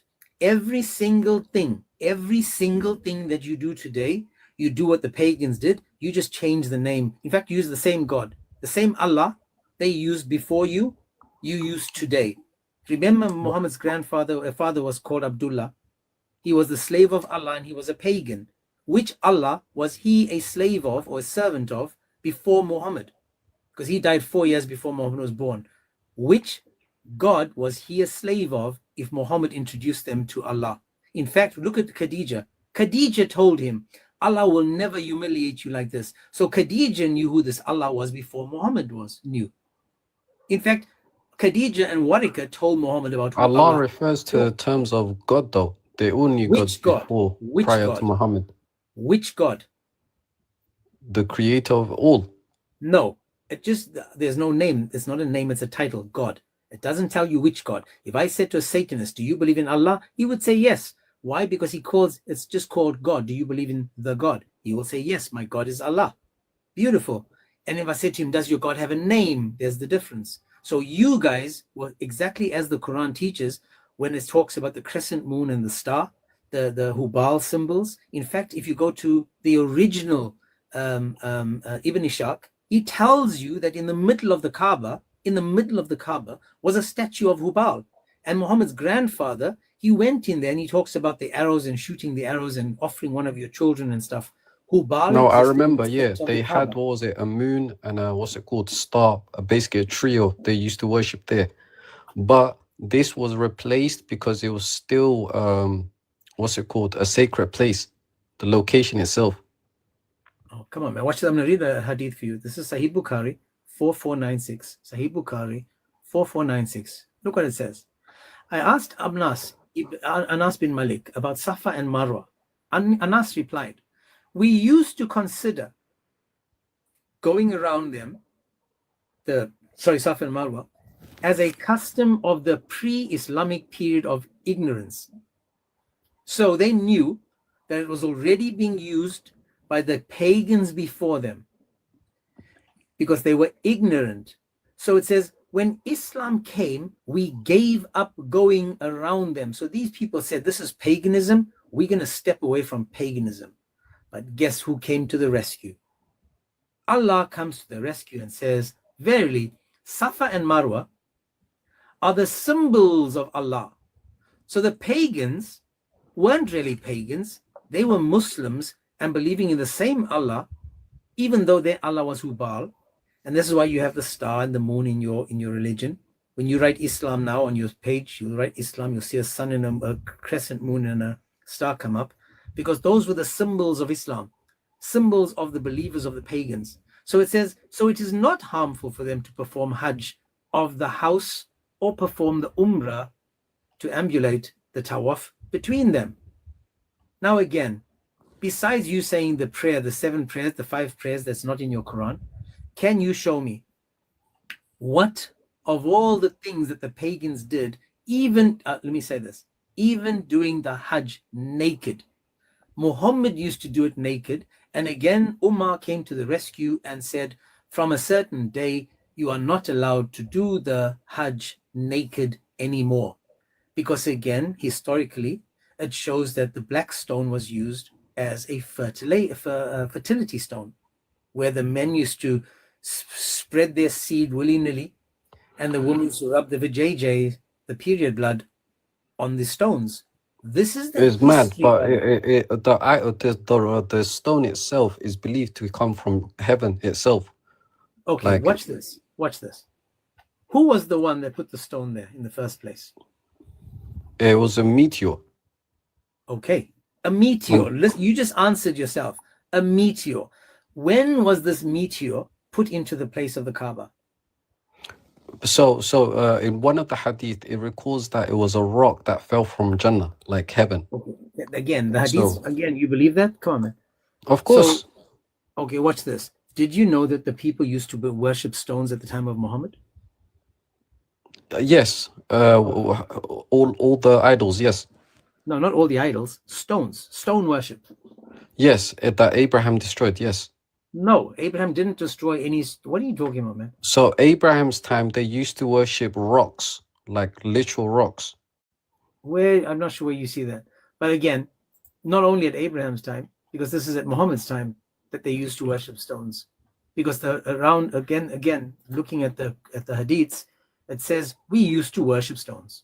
And when we couldn't find a stone, when we had a better stone, we threw the first one out and we kept the second one, because they were worshiping stones. Let me show you this. But bro, we don't worship the structure. We worship Allah when we were told this is a dua that in what's it called 2127, it literally says Abraham literally made a prayer to God, and this is why it's there. It says what's it called? And remember when Abraham raised the foundation of the house with Ishmael, both praying, "Our Lord, accept this from us." And indeed, this is all hearing and all knowing. I'm going to come back to that verse in a second, but let me just Sure. read about stone worship, right? In your hadith, Sahih Bukhari 4376, Sahih Bukhari 4376, we used to worship stones. We used to worship stones. And when we found a better stone than the first one, we would throw the first one and take the latter. But if we could not get a stone, then we would collect some earth and then bring a sheep and milk the sheep over it and perform the tawaf around it. So they did the tawaf around stones. Do you, in 2025, do the tawaf around a stone? The answer is yes. Yes. Yes, Beautiful. of course is yes. So, But so just the like way the you pagans worded before that you- is like I'm mad. reading the But hadith. I'm just literally reading Sahih Bukhari 4376, which tells us that when they were pagans, they were worshipping stones and doing the tawaf around the stone. Today, you guys are still doing the tawaf around the pagan symbol, the stone, and you guys believe that the stone takes away your sins. You guys believe, just like the pagans believed, that kissing it, touching it. In fact, there's a hadith that says, I can't find it. I've tried to find it, but I'm not sure if it's gone. But that when the guys used to travel, they used to take stones and put it in their bags. And when they used to stop to pray, they used to put the stone on the floor and circle the stone and pray. This was paganism then, and it's paganism today. But because you've been blinded by the lies of Islam, you are now denying the fact that you still commit paganism. You do everything that the pagans did back then. You still do today, but now you're saying it's in the name of Allah, so it has to be true. So when the pagans did tawaf back then, was it true or false? They still worshipped Allah. Their yes, God God was Allah. basically preparing them, but because of the location itself is sacred. Dude, these people jumped on camels and were going from A to B.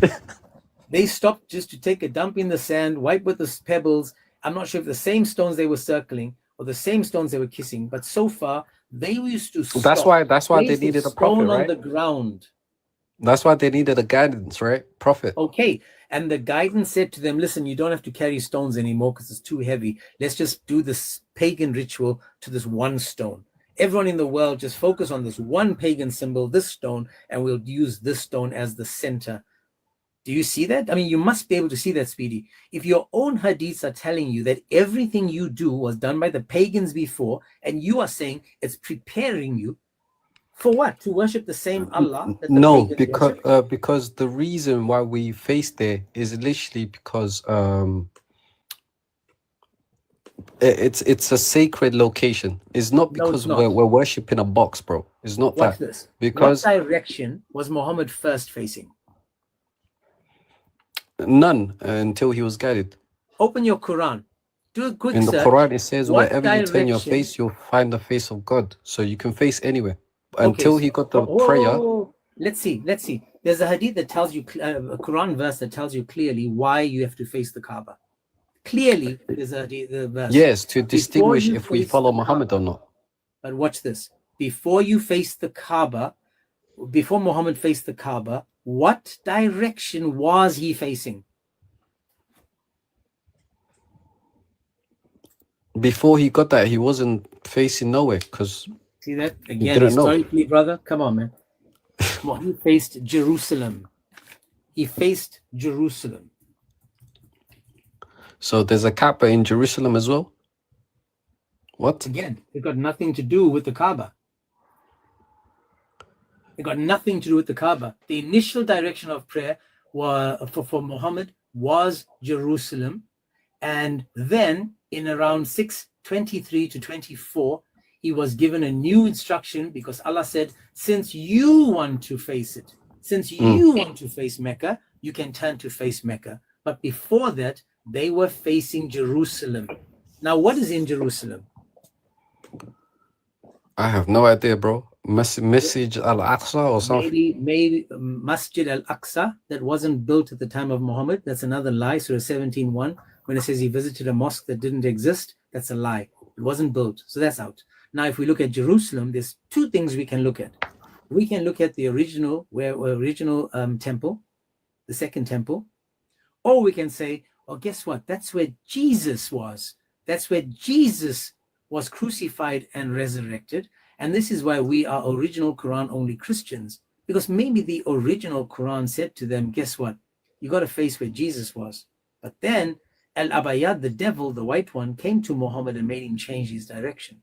Because according to history, yes, he faced the opposite direction. And then it says Muhammad to face Mecca. Let me find the verse for you. Yeah, it was to distinguish who follows him, yes. Surah 2:114, the verse commands Muhammad and all believers to turn their faces towards the Kaaba for prayer. Now watch this. Watch this. If you are forced to face the Kaaba for prayer, and the Kaaba still had 360 idols that the pagans were also facing, for around 14 years, Muhammad was facing a Kaaba that was full of pagan symbols, and eventually he goes to the Kaaba and he starts removing these pagan symbols. So the entire time that all these Muslims were facing the Kaaba, it was full of pagan gods. So for the entire time, you and your religion were facing the Kaaba full with idols that the pagans were worshipping, and yet you guys were still doing the same pagan rituals with the pagans for that amount of time. No, but this doesn't highlight as a pagan religion, because when we find out, even the angels, they perform tawaf. There's a Kaaba on top of the Kaaba. So there's you see, now that's another mistake you made. The original Kaaba wasn't where this Kaaba was. The original Kaaba was actually somewhere else. And then it was rebuilt in a different spot. It used to be a rectangle, and then it became a square. No, but there's a hadith that says there's a Kaaba right on top of the Kaaba in heaven, and angels pray tawaf there too. Of course, you guys, that's what the angels do, bro. They got their 600 wings and they just fly in circles. Come on, man. Have you seen? That just highlights that location in itself is the reason why we face it, not because we're facing a stone. You know what I mean? Okay, which direction do you face? So Mecca, that's the way we pray. You live in the UK. How in the field? You get a compass out, man. You get a compass out. The field of dreams face Mecca when the earth is round. You get that Hajj, what's it called? Compass. Think about it. The earth is round. If the earth is round and Mecca is on another spot and you bending down, you're not facing Mecca, you're facing one of your stars, because you are not in Arabia. Remember, your God thought the earth was flat. So if the earth was flat, that would make more sense that everyone is facing the same direction. No, but when I said Mecca, when I said they were working for 14 years, guys, if I'm not mistaken, it was for that long. I just need to find the resource for that. It was, I think it was presented to us by Rob Christian. I may be getting that kind of wrong, but it was for many, many years. They were facing the Kaaba that was full of idols. So again, my whole point again is, in your religion, the earth is flat. And because if the earth is flat, it would make more sense that everyone is facing the same direction. All you facing is the guy's big brown eye, the starfish in front of you. The world is not flat, man. It's not a pancake. Well, that's what your Quran says.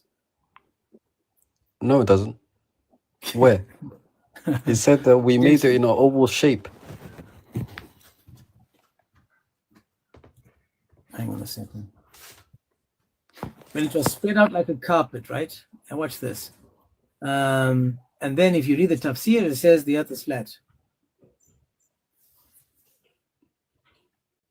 Let me just see.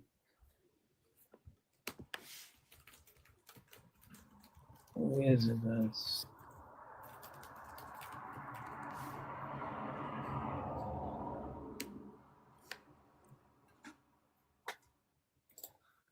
Let me see. So he said, in Surah 79:30, it says, and he spread the earth. After that, he spread the earth, right? And then let me see if that's the hadith that says, because reading the context of Surah 79, blah, blah, blah, it says, originally the earth was not flat, but crumbled up. And then it says, first creating the earth, da, da, da. Because you're looking at the ostrich egg thing, I think. You want to see the one that says, I think it's 79:30. Let me just. But anyway, you still think that you are facing the Kaaba, while at the same time, and you're not, right? Let me just write the word. We are, because Okay, here if we you go. walk Jalalain into that says, so direction, so for 79:30. example, I'm in London, I point to that direction. If I walk continuously there, I'll show up at the Kaaba. Jalalain says, and after that he spread out the earth, he made it flat, for it had been created before the heaven without being spread out. So according to Jalalain, he says the earth was flat. It was laid out like a carpet, according to the Jalalain for 79:30. But my whole point again is, so far we've gone through all the pagan rituals, and it's all exactly the same as it always was. Let's now go to the fact of what you said about, or you can stick to this paganism, because when you're reading about the paganism in the Kaaba, you'll notice that not only we've got Ibn Ishaq that confirms that in the Kaaba itself and in the Hadith that there were photos there of Abraham, Jesus, and Mary.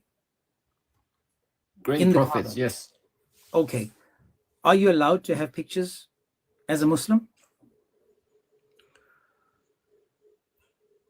No, the answer is no, dude. Again, you stop taking photos. No, you can't have Again, pictures of the God. angel You doesn't can have come pictures to of the house. things. Like, for example, you can take a selfie. Yeah, obviously. But But you must keep what's it it to called? You yourself. can't pictures have of God, like pictures that No, show no. God's face. This is why when the angel stopped visiting Muhammad, Muhammad said, why did you stop coming to visit me? He said, because you had pictures on your curtains. Let me show it to you. I showed you, man. Let me see. Curtains, I think it is. Let me see. Right. Try to use code words because I got too many. Okay, curtains. Okay, watch this. It says the Prophet hung. The Prophet said that she hung a curtain decorated with pictures of animals on a cupboard, and the Prophet tore that curtain and she turned it into cushions which remained in the house for the Prophet to sit on. Now, again, the curtain still had pictures. This is Bukhari 2479. It also says that the angel didn't come to him because of those curtains. The angels didn't visit him. Muhammad said, why didn't you come to me? The Prophet entered upon me while there was curtains, having pictures of animals in the house. His face got red with anger, and he got hold of the curtain and tore it into pieces. He said, such people as paint these pictures will receive a severe punishment on the day of resurrection. So we know that pictures of faces, pictures are not allowed in your home because it says the angels will not visit. This is why when Muhammad was, wanting to throw himself from the mountain because the angel didn't come visit him, he was like, man, what's up? Why didn't you come visit me? So this again is showing you that you can't have pictures, yet in the Kaaba itself were pictures. And people were prostrating to these pictures of Jesus. In fact, when Muhammad entered the Kaaba, he put his hand on the picture of Jesus and Mary and said, destroy all these, but leave these alone. Highlighting Jesus was a great prophet, correct? No, that's not great, brother. There's a difference between being great and being the GOAT, the GOAT. There's a big difference, bro. And Muhammad, he was prostrating to that picture too. Don't forget that. He knew it was there. I can agree with that. He Jesus knew was it the was GOAT. there, and he was still prostrating to it. Don't forget that. He prostrated towards Jesus. By the way, let me ask you a logic question, right? If Jesus is God, which is in your paradigm, and he's basically forgiven all sin, but the Quran comes afterwards and says, what's it called? This is the story. Why won't you just believe it? Go to heaven. Your sins are forgiven. Because we still have the sinful nature and we can still sin. But your Quran doesn't give us a way out, because your Quran does. tells us, no, listen. Your Quran tells us Allah has already decided before we were born whether we're going to heaven or hell. It doesn't matter what you decide or what you do. Allah has already decided. Again, this is to do with the free will that you don't have in Islam. Your Allah has already decided. It says that you may be a good person your entire life, but if Allah has destined you for hell, then you shall go to hell. So But he also people says actually he's say to Muhammad, Ghafurur Rahim. He says, what's it called? Whoever believes in me, I'll save them. Literally. Muhammad can't save. Muhammad said in the Quran, I can't help, I can't save you. No, I'm talking He says, I about God don't know. in 7172. Not Muhammad. Allah himself. He says, whoever has an atom's weight of La ilaha illallah will not see hellfire. Well, this is like the mustard seed. He tried to steal from the Bible again, but this is not true, because the They Quran all live, also though. tells us, my brother, listen, the Quran tells us clearly that there's nothing that you do. In fact, the Muslims say to Muhammad, then why shall we be punished for what Allah has already decided we're going to do? They ask Muhammad this. They ask him, do we have free will? Is everything predestined for us? Or and then they say, well, why are we being punished for something Allah makes us do? Because in 91, 7 and 8, it says, Allah gives you the amount of sin you're going to commit. Not Shaitan, Allah. So again, in Islam, there is no salvation. But he explains You this just in have to Surah play the Mulk, lottery. where he goes, this whole life is a test. So if you don't commit the sin you're tested with, you get bonus points. Come on, man. Watch this. According to your Quran, what does Allah do to sinners? Does Allah like the sinner? Punishes Or them. dislike the sinner? But he also says, what's it called in Surah 25? What's it called? If you stop your sins and repent from it, then he forgives it. Okay. When Allah created people for hellfire, those people he created for hellfire, can they change what Allah created them for? No, they can't. Beautiful. So But they those can people repent as that much he as they created for want. hellfire, we later find out in the Quran is the group of Ya'juj and Ma'juj. Okay, no, it's not. That's another lie, because again, in fact, that's another topic I should do, is that, can you show me where Juj and Majuj are today? I have a weird theory about this, but I can't say it. Okay. So then, according to all the satellite images that we have today, have we found Juj and Majuj? Gog and Magog, for those that are wondering. The closest I got to it was like, I don't know, the hills in Afghanistan or something. Okay. So you know where it is, But it's nobody cap. else I don't know where it is. Okay. So again, your Quran says it's on earth. They're living on earth with us. We just can't see them. They're hidden away, and they will come on the last day, yada, yada, yada. What Yep. is the description of Juj and Majuj according to the Quran? Have you ever read that? Because it's ridiculous. It's again a Harry Potter tale. Unless we just haven't seen It what they are varies. today. Some people say, bro, they've been digging for thousands of years. Some people say they're. So what are they digging it towards, varies. bro? I mean, let's face it. I But drill they're for gonna be oil. ugly Dude, creatures. I can drill for oil, and I know I'm gonna get to the oil. You guys have been digging for such a long time. It's like you're trying to find the back of your brain by putting your finger in your nose. You're never gonna get there because your finger's not long enough. So you guys are talking about Juj and Majuj. You got no idea who they are, what they are, and what they're doing, but you know that they are the ones that Dhul Qarnayn was talking about when he talks about the setting sun and taking them. Man, come on, man. But it's You need to 1,000 honestly versus read it out. one with that people. So we don't even want to find them. Maybe they're in the Kaaba itself. It's impossible. It can't harvest that many people. But maybe Well, it's you're the right house of on God, the isn't earth. it? Hang on, the Kaaba is the house of God. The house of God. It is the house of God. Yes, Would you believe that Allah protects the house of God? 100%. So every time a We've bird seen takes this in a the year dump, of the elephant. so every time the bird takes a dump on Allah's house and you guys prostrate to the Kaaba, are you prostrating to the little white stains that the bird left behind? It doesn't really wait. If a bird takes a dump, you can still pray there, bro. You just wash it off. Okay, so you are saying that the house of God is covered in bird poop, and you guys are prostrating to that. So you're basically prostrating to the bird left behinds. That's covering the house of your God, because that's where your God seems to be. This is the center of all Islam. That A doesn't place that's logically covered and follow, not though. protected. Because remember what the Quran says. The Quran says that Allah controls the birds of the sky, and while at the same time controlling the birds in the sky, He's using this Kaaba as target practice.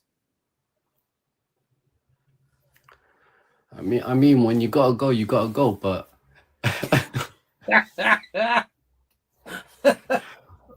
But you get what I'm Oh saying. my My God. whole point is, bro, the Kaaba has no historical. There's no reason for it historically. There's nothing that shows us that it existed. Again, as I said, historically, from before the 4th and 5th century, it never existed.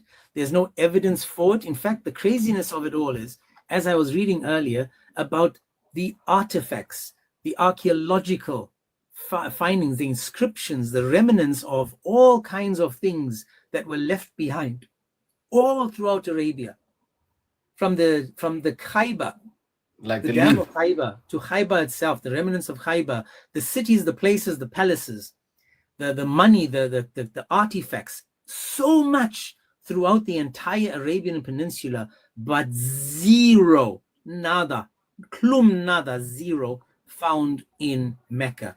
In fact, there are a couple of sites that is protected by the Muslim society that they refuse to do the archaeological checking on them because they're afraid of what they might produce. My question is this: if Muhammad and Islam is so fantastic, they would do excavations and show people the findings and the remnants of what we had. They would present instead of being afraid of what they see. Look at how I much agree. they had to dig But in what? Mecca. Rather, look at Mecca, No, you're how actually much right they had to with that dig, statement. and all the sand that to remove, and all the construction that they have, and yet nothing. Look how Mecca grew. And there's nothing to point to a Kaaba, to Mecca, to evidence that it existed. Zero. Come on, man. If I dug in my garden now, I'll find something that someone left before. But we got the entire Arabian Peninsula and we find nothing about Mecca. Nothing. Zero. Come on. Only I'm after gonna actually listen in because I really want to find out as well. But I think someone does possess this information.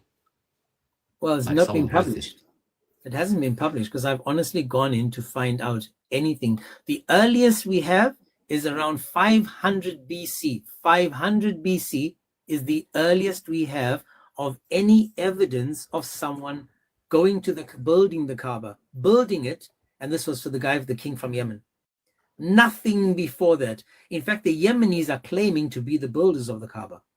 So we have evidence of who built the Kaaba. Muslims are saying, it was built 2,000 years before that by a guy called Abraham that never came to the area. Because the verse you spoke about is very clear verse in Surah 125 and 127. It tells us clearly that it doesn't mention where it was built. It just says that it talks about the house, because the location of the house of Allah is not stated in that verse. And all Muslims, without exception, will insist it's talking about Mecca and Kaaba. Yet in the Quran itself, Allah makes a mistake and He talks about Bakka. Is Bakka Makkah? It's very confusing. Extremely confusing, especially when we're trying to understand, because the translations are saying Makkah, and then we can say, how can Abraham and Ishmael build the Kaaba in Mecca when the Quran admits that no prophets were sent to the Arabs before Muhammad? God bless you, King. God bless you. God bless you, man. It's a sticky one, bro. What going? That's what happens, Speedy, when you read the Quran and you actually think for yourself. I'm not joking. I'm not being nasty, bro. You know that I'm reading. You know that I will present the verses for you and I will read it with you. But I will also have questions regarding these verses.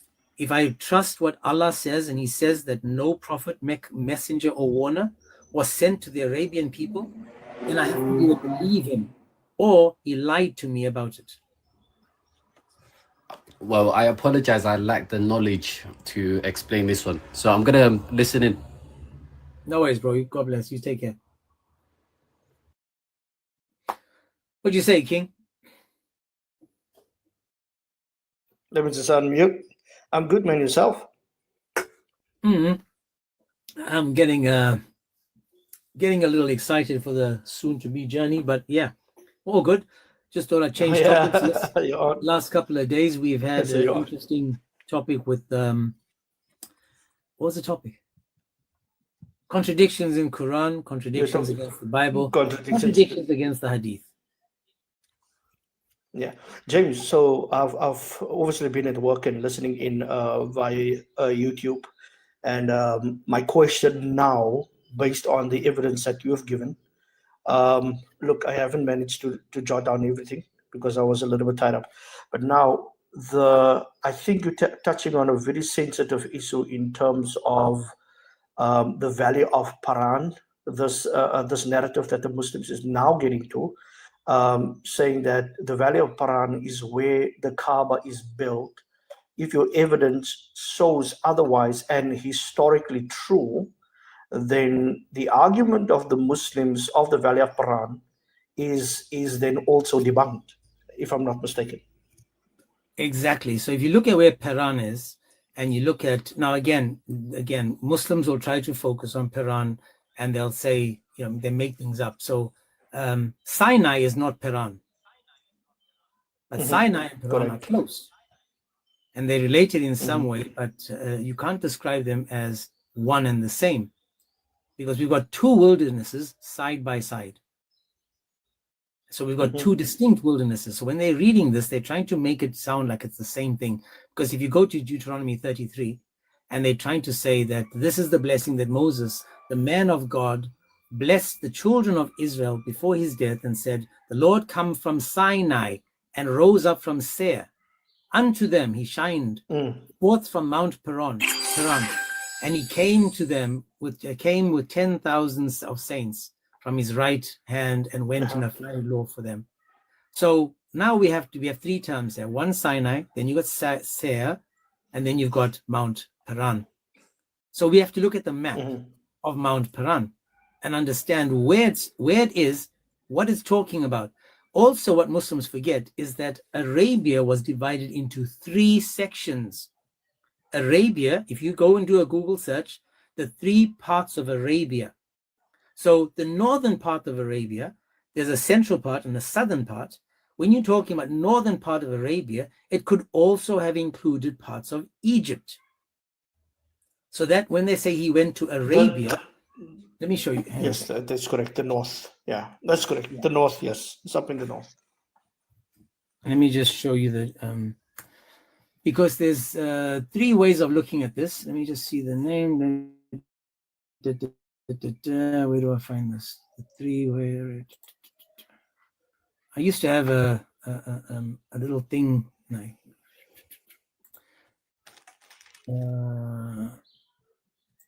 Three parts.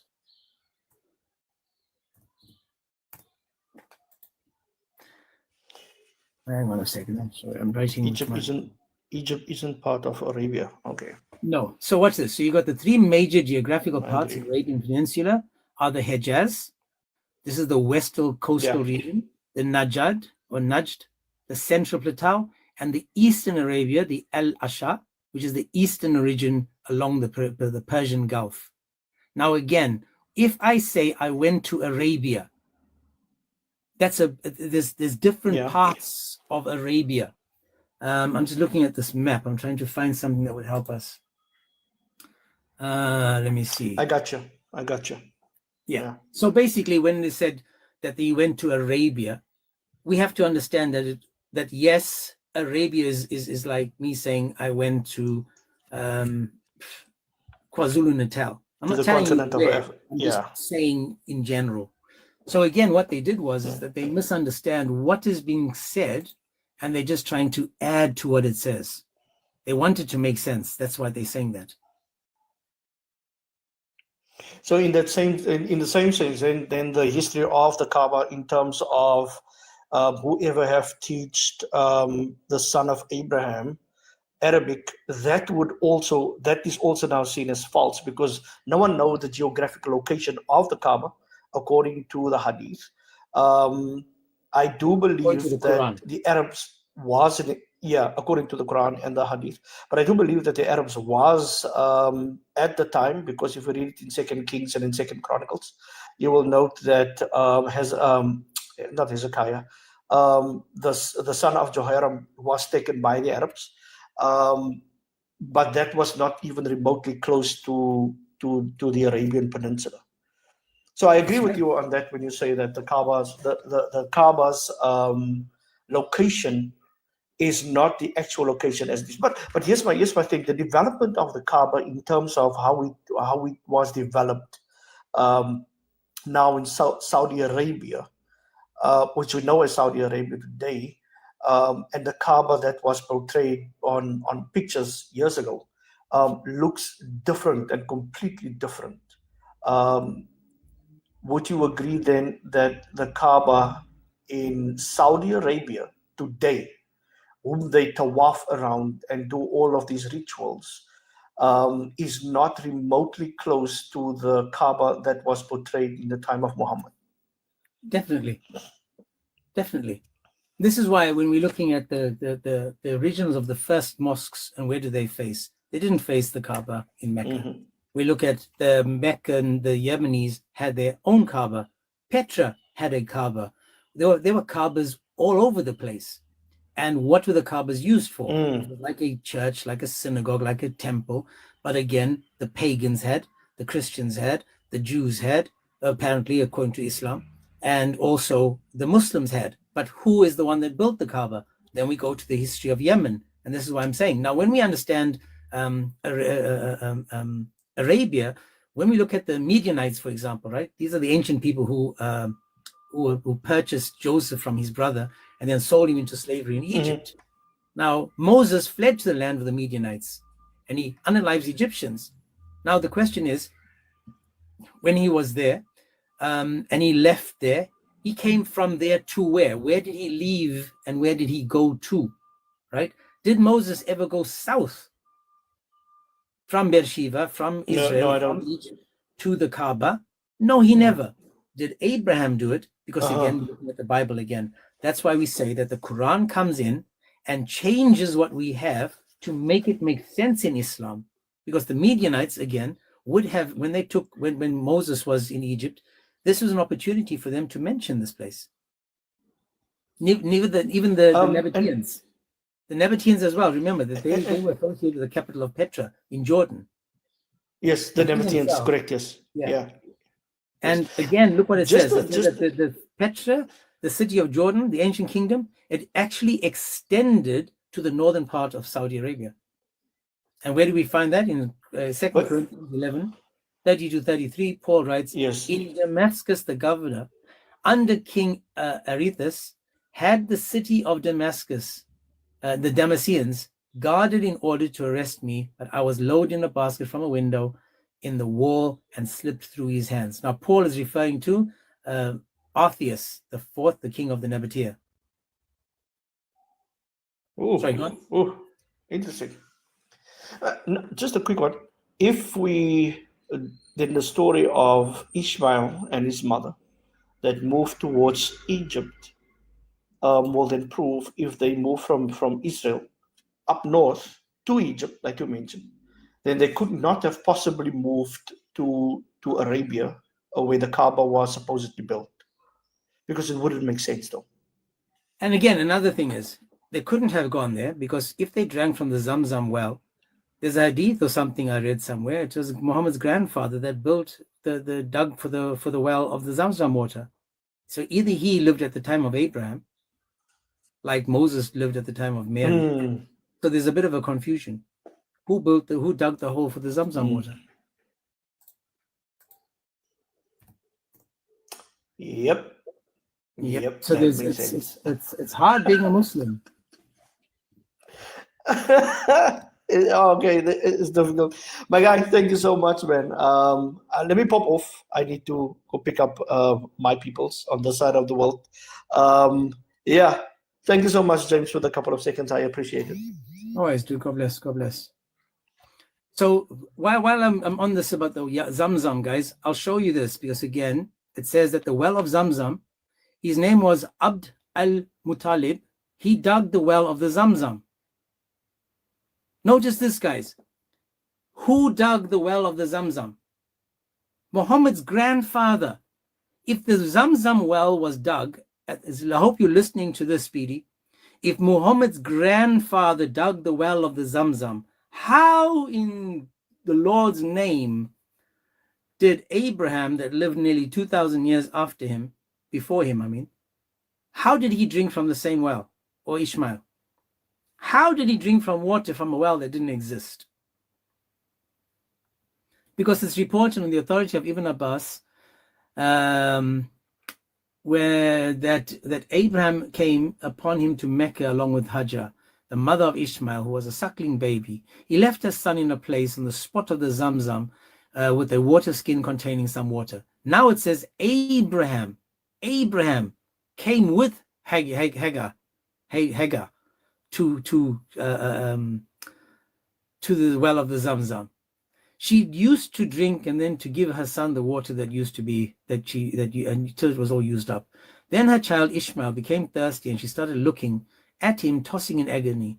The mother of Ishmael thought that he was dying of thirst, so she left him and went to the mountain of Safa. She stood on it and looking down in the valley, she might see somebody, but she could not see anybody. Then she descended from Safa. When she reached the valley, she ran like a person in distress and in trouble, till she crossed the valley and reached the Marwa mountain, where she stood and looking, expecting to see somebody, but she could not see any. She repeated that, running back and forth. I mean, imagine that.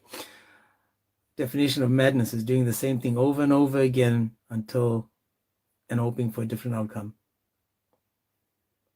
When she returned to her son, she heard a voice say, "Oh, you have made me hear your voice. You have got something to help me." Ibn Abbas said, Jibril struck the earth at the place of Zamzam with his wing, the same wing he hit Moses with and knocked his eye out, till water flowed from that place.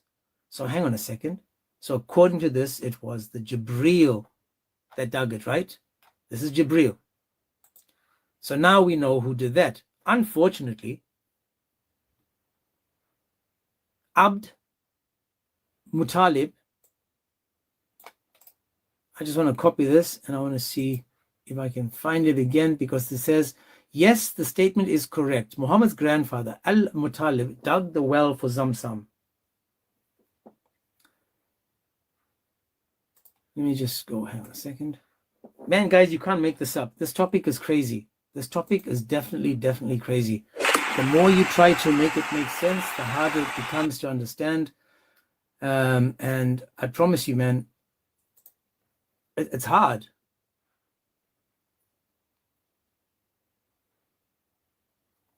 So the Zamzam well, in an area that was absolutely desert and sand, Abd al-Muttalib dug Zamzam following the incident of the elephant, after he saw a spiritual figure in the vision saying, "Dig Zamzam." Then it vanished, and once again it came to him, said, "Dig Zamzam," which is located between the dung and the blood of the ant's nest and pecking ravens. Now here's a problem, guys. There's no water in Arabia, Speedy. No water.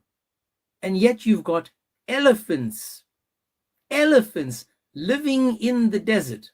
Elephants. And now, what came first, the water or the elephant?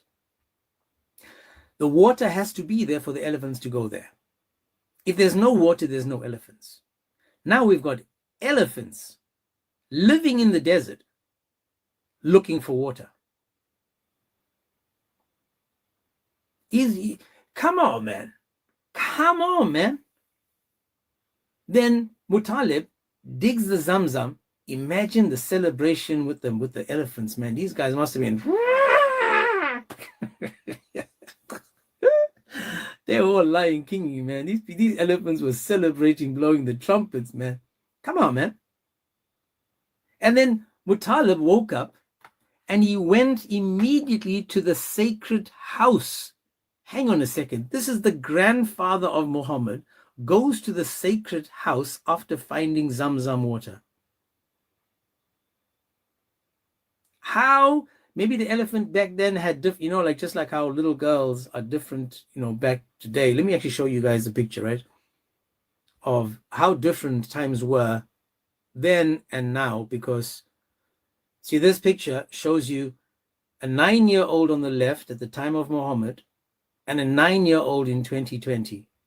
So according to Muslims, the girl on the left is 9 according to in the days of Muhammad, and on the right you've got a girl in 2020. Now the problem here, guys, is that back then maybe the elephants had longer trunks. So maybe the elephants could dig down deep with their trunks and find the water. Things were different back then. It was warmer climate, the water was different. So now you've got elephants living in a land that has no water.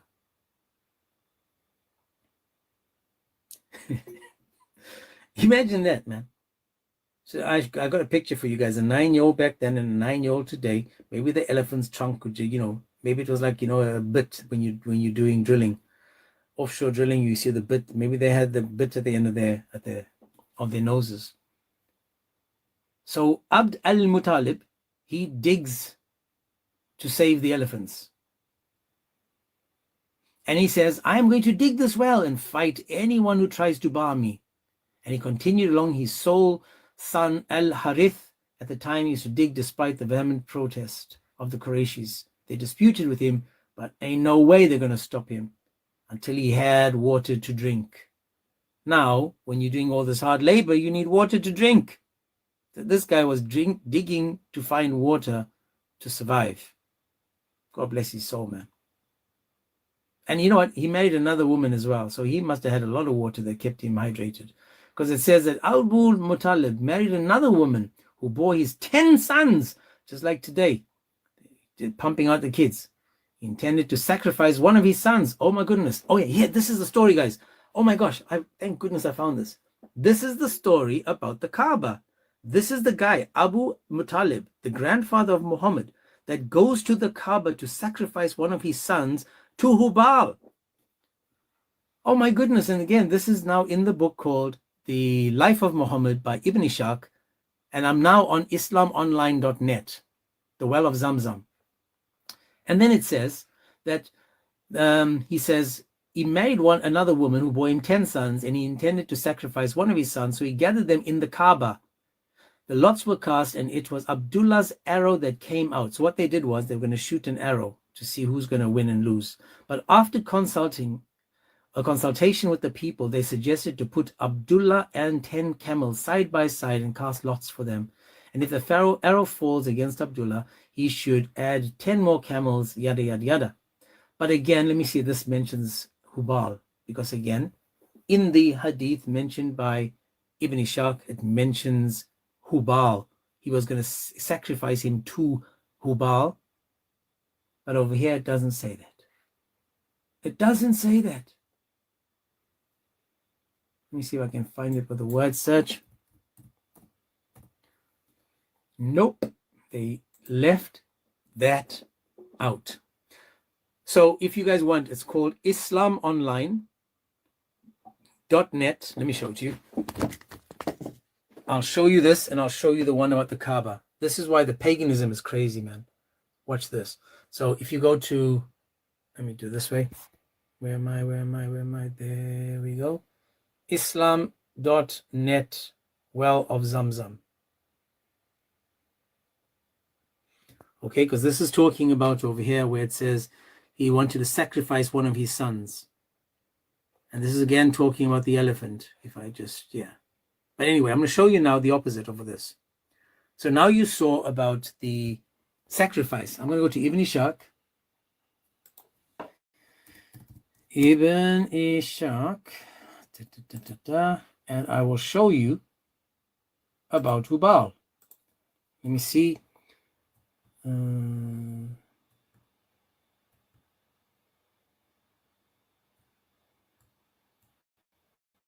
Pages 552. Let me see.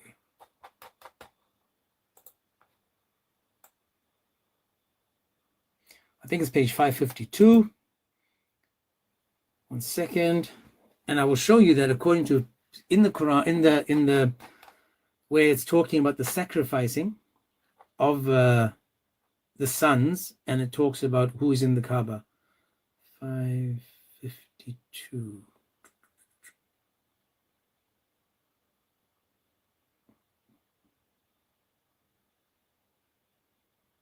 So let me show it to you again. I'm going to show you two things so you can see this.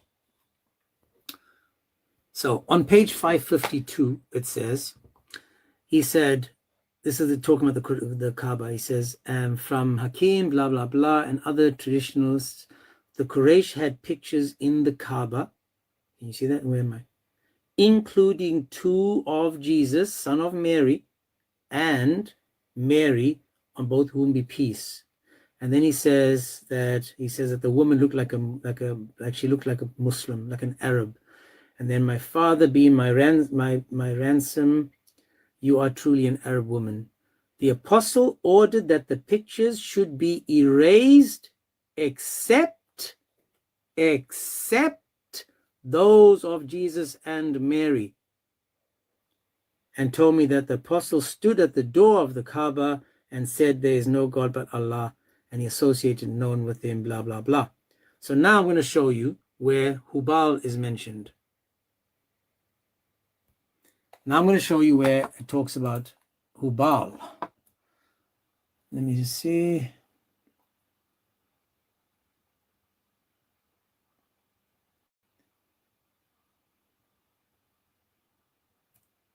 Page 66.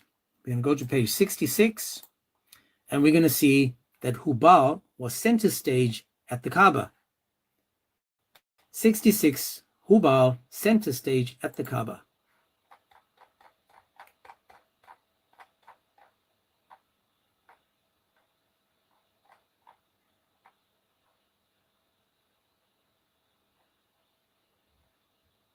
There we go. Okay, so check this out.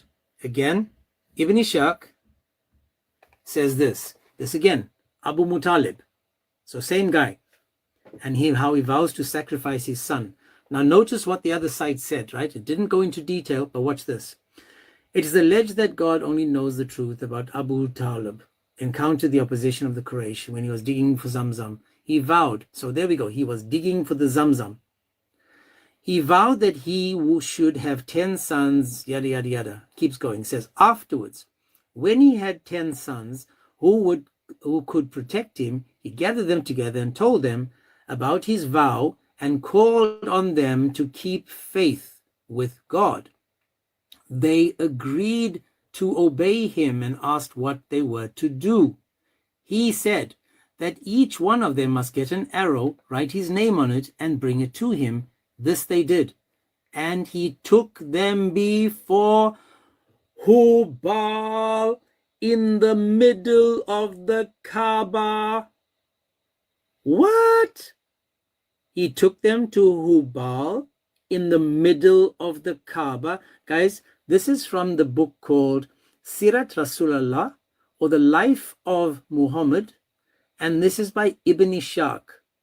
Ibn Ishaq has given this to us through Ibn Hisham, because Hisham is the one that edited this book to make it user-friendly. Now, this book came before the Hadiths tried to lie to us, and probably before the first Quran was even written, because we don't know when the first Quran was written. We got no evidence of a first Quran. But according to this, it says in the center of the Kaaba was Hubal. Hubal. And now we can see that he goes to the center of the Kaaba, Hubal. The statue of Hubal stood by a well there. So what? It was that well in which gifts were made to the Kaaba and stored. So Hubal, the god of the Kaaba, was given gifts, and this is where they stored them. So it was sacrifice. people were giving up their sacrifices. They were giving things to the god Hubal. Now, besides Hubal, it goes on. But my point is here. What was in the center of the Kaaba? It was Hubal. This is online. You can download this for free. It is called let me show you there, Sirat Rasulullah PDF. Ibn Ishaq. Download it for free. This is page 66. Page 66, where Hubal is in the center of the Kaaba. Remember what Amin asked earlier. What is in the Kaaba? Well, we know what was in the Kaaba, and that was Hubal. Now the question is, well, who is Hubal? Who is Hubal? Let's do another quick search over here, guys. Let's go to Senor Google. For those that don't have it, we will check it. Let me go to Google and just write Hubal. Or let me write, who is Hubal? Who is Hubal? So it says, Hubal was a chief, pre-Islamic, Arabian deity of the Qurayshi tribe, worshipped at the Kaaba in Mecca. You think I'm joking? Oh my Lord, watch this, guys. You think I'm joking?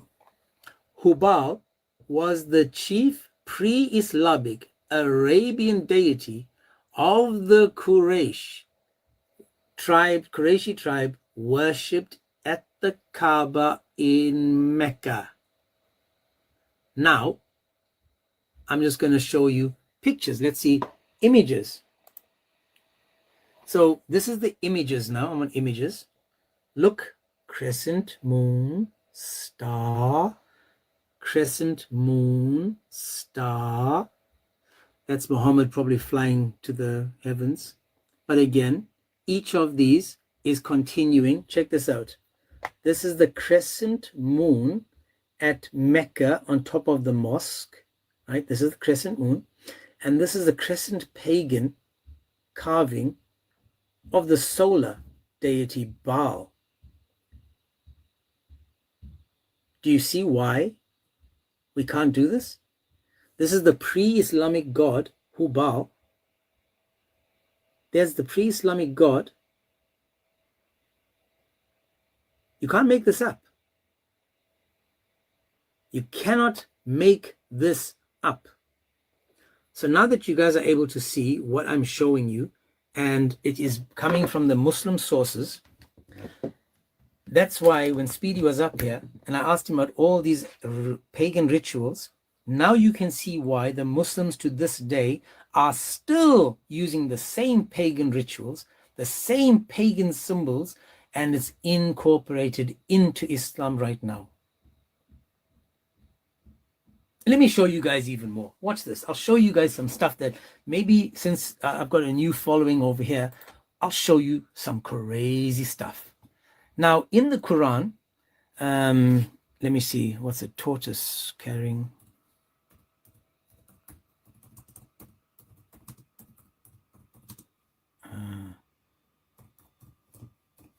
I'm going to show you guys some crazy stuff. First, I'm going to show you from the Quran, right? We're going to take a quick trip to the Quran. And for those that don't know, we're going to go to Surah 68:1. Now, man, this is taking a whole different angle, but I'm glad you guys are with me and enjoying, hopefully enjoying, and we're learning together. Watch this. So in the Quran, Surah 68:1, I want you guys to notice this, right? Watch. The verse itself says, let's go to the verse first. It says, the noon, by the pen and what they inscribe. So the noon is the pen, it's called the pen. If we go to the tafsir by Ibn Abbas, it says, narration on the authority of Ibn Abbas, that he was regarding the interpretation of Allah saying noon. He says, Allah swears by the noon. Allah says, don't swear by anything but him. Okay. Which is the whale, which carries the earths on its back while in water, and beneath which is the bull, and under the bull is the rock, and under the rock is the dust, and no one knows what is under the dust save Allah. Now it goes on and tells you the name is Liwash and yada yada yada. Now notice this. The earth is on the back of something, which is on the back of something, which is on the back of something. In Hinduism, where most of Islam comes from, in Hinduism, check this out. This is in Hinduism, where the tortoise has elephants on its back and the world on top of its back. Now this picture here says 1,000 words, this picture. Because this picture says that the tortoise carries the elephants carry the earth, but notice that there's a snake around it. A snake. For those that don't know, for 500 years, the Kaaba was protected by a snake. And when they wanted to fix the Kaaba, they said to Allah, please, we want to fix the Kaaba. Get rid of the snake. So what did Allah do? He sent down an eagle.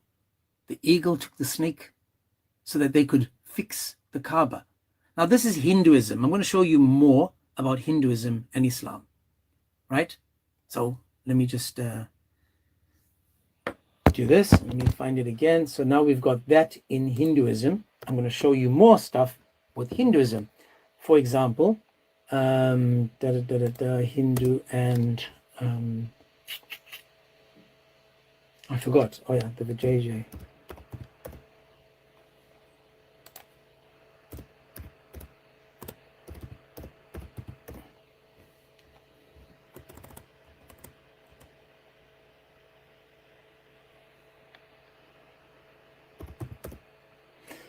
Okay, let me see.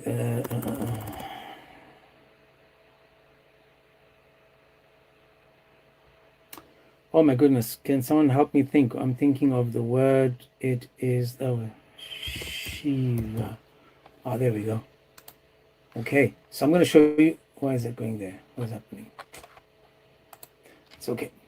So I will show you guys something that I've done with Muslims before to prove to you how crazy it is in this religion. Now, if I brought a Muslim up and asked them a question regarding a picture, right? Regarding a picture, and I said to the Muslim, let me see, why is it not coming through?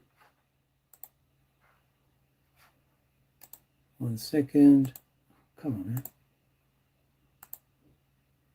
Okay, so check this out. So in this picture over here, this is the Hindu Shiva Yoni, which is Shakti's Vijayjay, right? Now, they kiss, touch, and prostrate to this, and I ask a Muslim, is this paganism? And they say yes. They call this paganism. But right next to it is the black stone. They kiss, they touch, they prostrate to it. And again, as this is inside Shakti's Vijayjay, there's more to this. This is the Shivaling, and it talks about the Vijayjay. This is Shakti's stone in her Vijayjay. If you look at this symbol, the name Allah, and you look at this over here, you will see it's almost the same. In fact, over here, you'll find the crescent moon. The crescent moon. This is where they do their tawaf. They circle this 7 times. All of this, guys, is in Hinduism. They circle it 7 times, the same direction. They kiss it, they touch it. Their Allah looks like the fork, pitchfork of this, whatever this is, God Shiva. And the crescent moon. Now I can show you more because, let me show you more. So now, let me just delete that.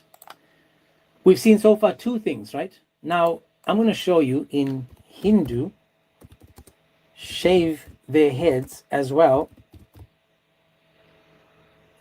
just like in Islam. And then we're going to see the clothes that they have on. So in Hinduism, they shave their heads, but I want you to also to notice the clothes they wear on their pilgrimages. Look at the clothes they wear. They're shaving their heads, and look at the clothes that they are wearing for their pilgrimage. Now in Islam, they also shave their heads before doing their pilgrimage. Let's see what they look like. You saw that one? I'm sorry about the about the movement of the camera and stuff, guys. I apologize. And look, can you tell the difference? Are you able to tell the difference between Muslims and Hindus? Same thing. Same thing, guys. Same thing. They're shaving their heads. Look at the clothes they wear. The same thing. Paganism. All paganism. But they tell you, that's not paganism. The one is, the other isn't. This is why this entire Kaaba, paganism. Everything they do there to this day, still paganism. I mean, there's more. I'm trying to remember. I used to have a whole, I actually did lives before with all the same belief systems in Islam. Let me just see if I can, maybe I have it written down somewhere. Oh, why don't I have? I used to. There was so much more on all this paganism that they copied and they follow, from the black stone to the circling of the Kaaba to the shaved heads to the clothes to the earth being carried on the back of something, on the back of something, on the back of something. Now, I dare Muslims to tell me that anything in Hinduism is paganism when all the same things are in their religion. So all the things I'm showing you, comparing one for the other, one now, according to Muslims, is paganism. The other one is like, no, this is from Allah. One is from Allah, but the other one isn't. You can't make this up, guys. Over and over, we are able to find that Islam just, man, you can't. In fact, let me do this because I know I had more.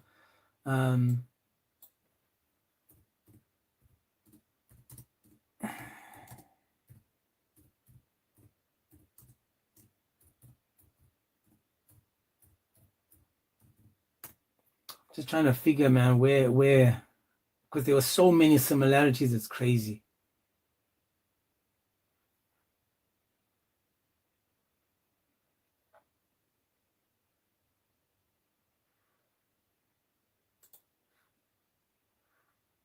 Anyways, since we on this topic and we've done, all you guys have to do is just go in and write, for example, Hinduism, and just write Shakti. I think that's what I wrote, didn't I? Shiva, Shakti. I wrote something. Hang on a second. But as you guys can see, how many of you now would consider Islam to be just paganism, those that have never seen this before, right? Shakti. I think it's Shakti. Let me see. Or the Shiva. Shakti.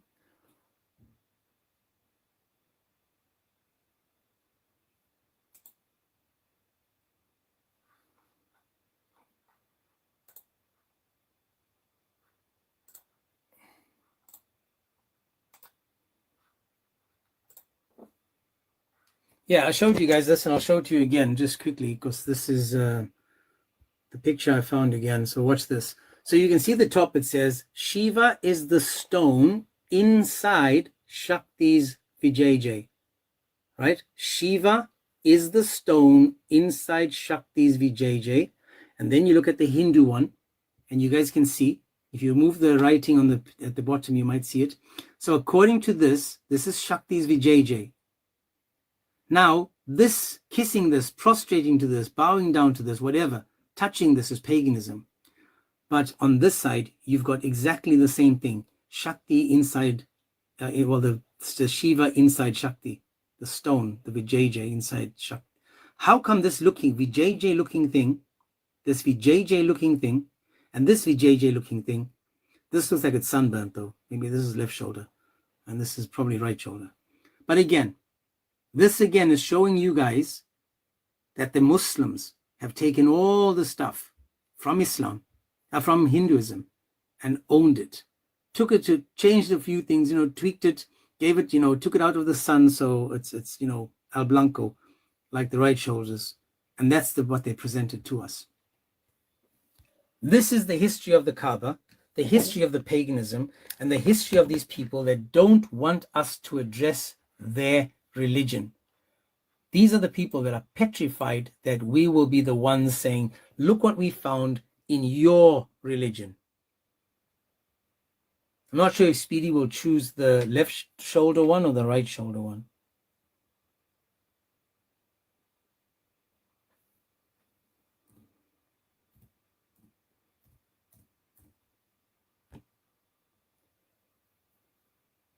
Not else, guys, I'm not sure what else we can go through today. I think we've reached the end since the Muslims are struggling, and we have been on for 2.5 hours. I got no other Muslims that want to join because I thought this topic will be easy peasy pudding and pie.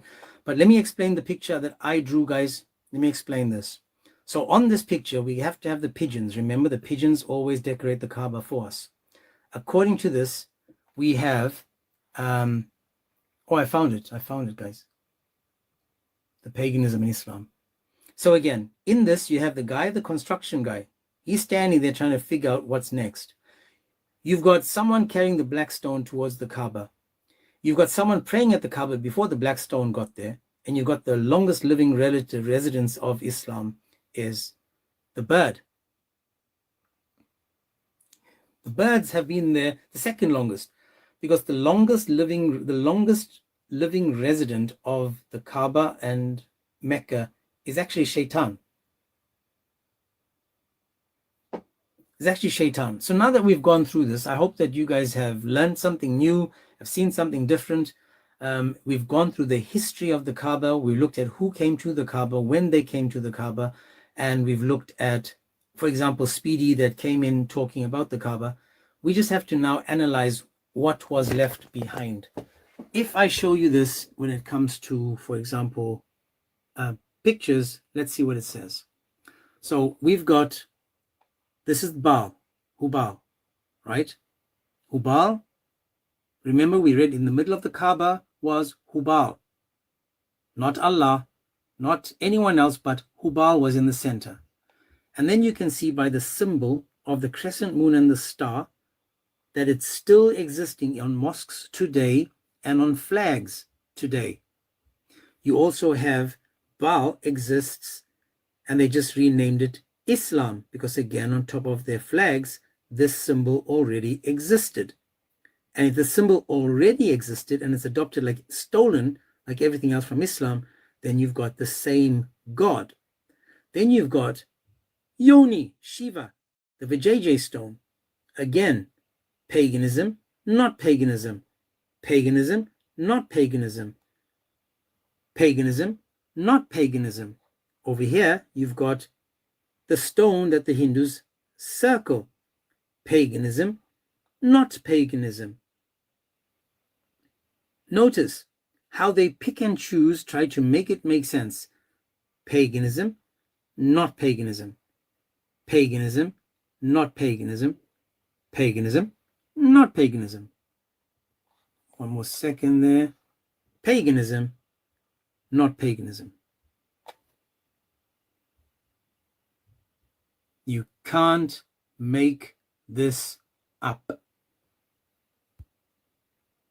You can't.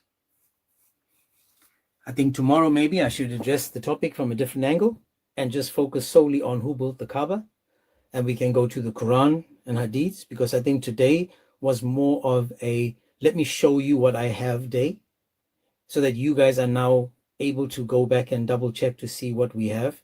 This is why I'm saying to you, they had 360 gods in the Kaaba. They were facing the Kaaba. They were praying to the Kaaba with these pagan symbols in the Kaaba. At the same time, they were calling their God of Islam the same God of the pagans, Allah. Allah existed before Muhammad, and it existed in the pagan religions.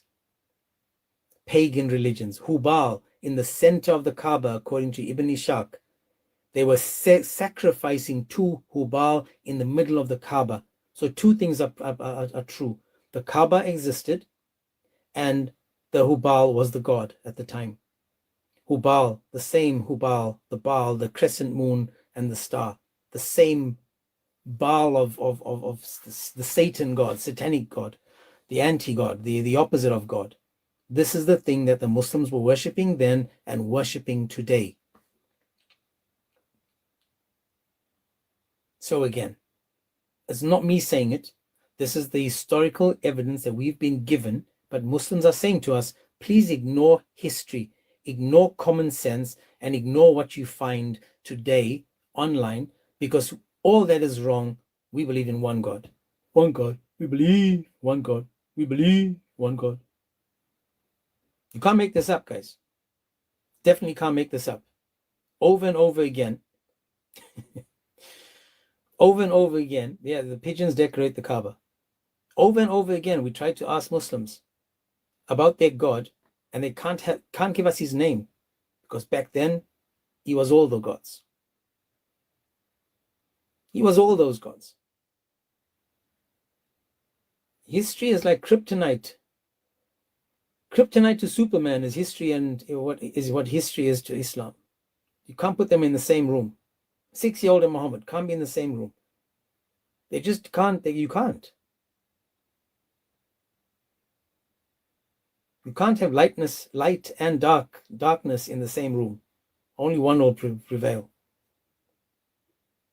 So again, so far today, all I did was just present what we found in Islamic sources and historical sources. And we've just looked at how Islam copied the pagan symbols and customs and have them in that religion today in 2025, and they don't hide from it anymore. They try to own it by twisting it. So yeah, of course they did Safa and Marwa, but then God took it on. He's like, yeah, it's okay, you can own it. Yeah, they used to worship stones, and yes, we do circle stones, but it's a different stone. And what Muslims get wrong, guys, is that, I'm not sure if you guys actually know this, but it's not one stone. The black stone is not one stone. The black stone is a collection of stones. It's a tawheed. It's a unification of stones. So the black stone was broken up into several stones. So if you do a Google search about the black stone and you zoom in on it, you'll notice it's several stones. I think there's 8 of them. Might be more, but I think there's 8 of them. Again, they don't worship or prostrate to a stone. They prostrate to stones and pebbles. These are pebbles. They're not even stones. And remember, according to the Quran, it says, wipe your backside with pebbles in odd numbers. How do we know these weren't once toilet paper? How do we know that this wasn't used by some muppet as toilet paper? He throws it out. Some guy sees it. He's like, oh, let me kiss the stone. He goes and kisses the stone. Some guy picks it up. He throws it at Shaitan. Another guy picks it up. He says, let me circle it. And then another guy picks it up. He says, let's put it in the corner of the Kaaba. Who knows where the stone has been? But again, notice, this is what the historians have given us. This is what Islam has given us, and we just repeat what they gave us. For those that are not following me, if you think that this is interesting and you want to go back to it, you go back to the Agents 007, the Agents 007 on YouTube, the Agents 007. If you want to pick up on any of the things that I said with the notes and stuff, then you're more than welcome to, take notes. And if I'm wrong, man, show me that I'm wrong. Come up and say to me, listen, you're wrong, and this is why. And this is why we have these lives, to give you guys a voice, you Muslims, to prove your claims. You claim it was built. In fact, when I did this topic the last time, I was told Allah built it. I was told Allah and the angels built it. I was told Allah built it. I was told Abraham built it. I was told Abraham and Ishmael, Abraham and Ishmael built it. I was told that they don't know who built it. So again, we have to ask the pigeons. We maybe just have to ask the pigeons, because they're the only ones that seem to be circling that thing, using it as target practice. John's Geometer says, in Hinduism, the idea of mountains stabilizing the earth is found in myths. In the story of how god Indra cut the wings off the flying mountains to prevent them from causing destruction. There we go. Agent 007. The agents, let me write it in the chats, guys. 1 second. If you go to my bio, in my bio, you'll find me in the bio. It's on the chat now, but in my bio, click on my bio on TikTok or on YouTube, and you'll find, or on TikTok, you'll find the link to my YouTube channel. All these lives are live and recorded and played without any editing, because I don't know how to do that. So it's all there for you. And we can just go back to it, play it again. We've got over 200 and something videos that I've done, or recordings I've made since January of this year. Over 200, guys, not even joking. And we've addressed so many topics. Just about every topic you can think of, we've addressed it. And because we've addressed it and had Muslims come on to discuss it, we're leaving it open to people can believe and trust what Muslims say, or they can say, yeah, this is not for me. So again, all we do is read, present, and then the Muslims are in trouble, because again, they're just struggling, man. They just can't make this make sense for themselves. There is no one that says it. Now, Speedy brought up a verse that I said he would bring, Surah 2, 125 to 127. But again, in that verse, it never, ever, ever, ever mentions, ever, the Kaaba or Mecca. It just leaves it to assumption. But then, of course, you know that the hadiths come in 200-300 years later. We don't know the authors. Claims to be certain people, but it's not. But they still cook themselves, because then they contradict what the Quran says. They contradict what the Quran says. For those that would like to buy me a coffee, you're more than welcome. It's just a donation. You go to my link in my bio on YouTube or TikTok, and it's just a donation. You decide how much of coffee I want, whether it's going to be an espresso, whether it's going to be a cappuccino, Americano, whether it's going to be large or small, you decide. It's just a donation. I appreciate it. I've got 2 more lives, tomorrow and on Friday. Tomorrow and on Friday. Guys, I've got something important happening tomorrow. Very important for me, maybe not for you. But I just need your prayers. Please, tomorrow, just keep me in your prayers, especially for tomorrow. And I hope you pray for me every day, but tomorrow will be a please, if you can, before I go live. That I would appreciate. But since there's no one else, I'll take a latte, and I'm lactose. I don't drink milk. I'm an adult. You don't see grown adults, animals drinking milk. Anyways, I hope that we all learned something today. I hope that, you guys are going to share this tomorrow, and we can have more people come up tomorrow just to give this a good. We need more Muslims to join, man. Banku, God bless you. God bless. I'm so sad. I'm so sad your live's ending right now. I got to go, man. I've got a dinner appointment today. I've got a meeting. Oh, yeah. So I've got to. Okay. Yeah. I understand. The Muslims are scared, it seems like. I don't know. Or it's an algorithm that's getting jacked up. But I'll let you go. God bless, bro. Definitely gonna have Well, you. no. Listen, I'm telling you that I've watched the video of the guy called, man, what is his name? I saw Albie. Albie, what's the guy that's saying that they must stay away from our lives? I mean, they're grouping up and threatening each other if they go to the Christian lives.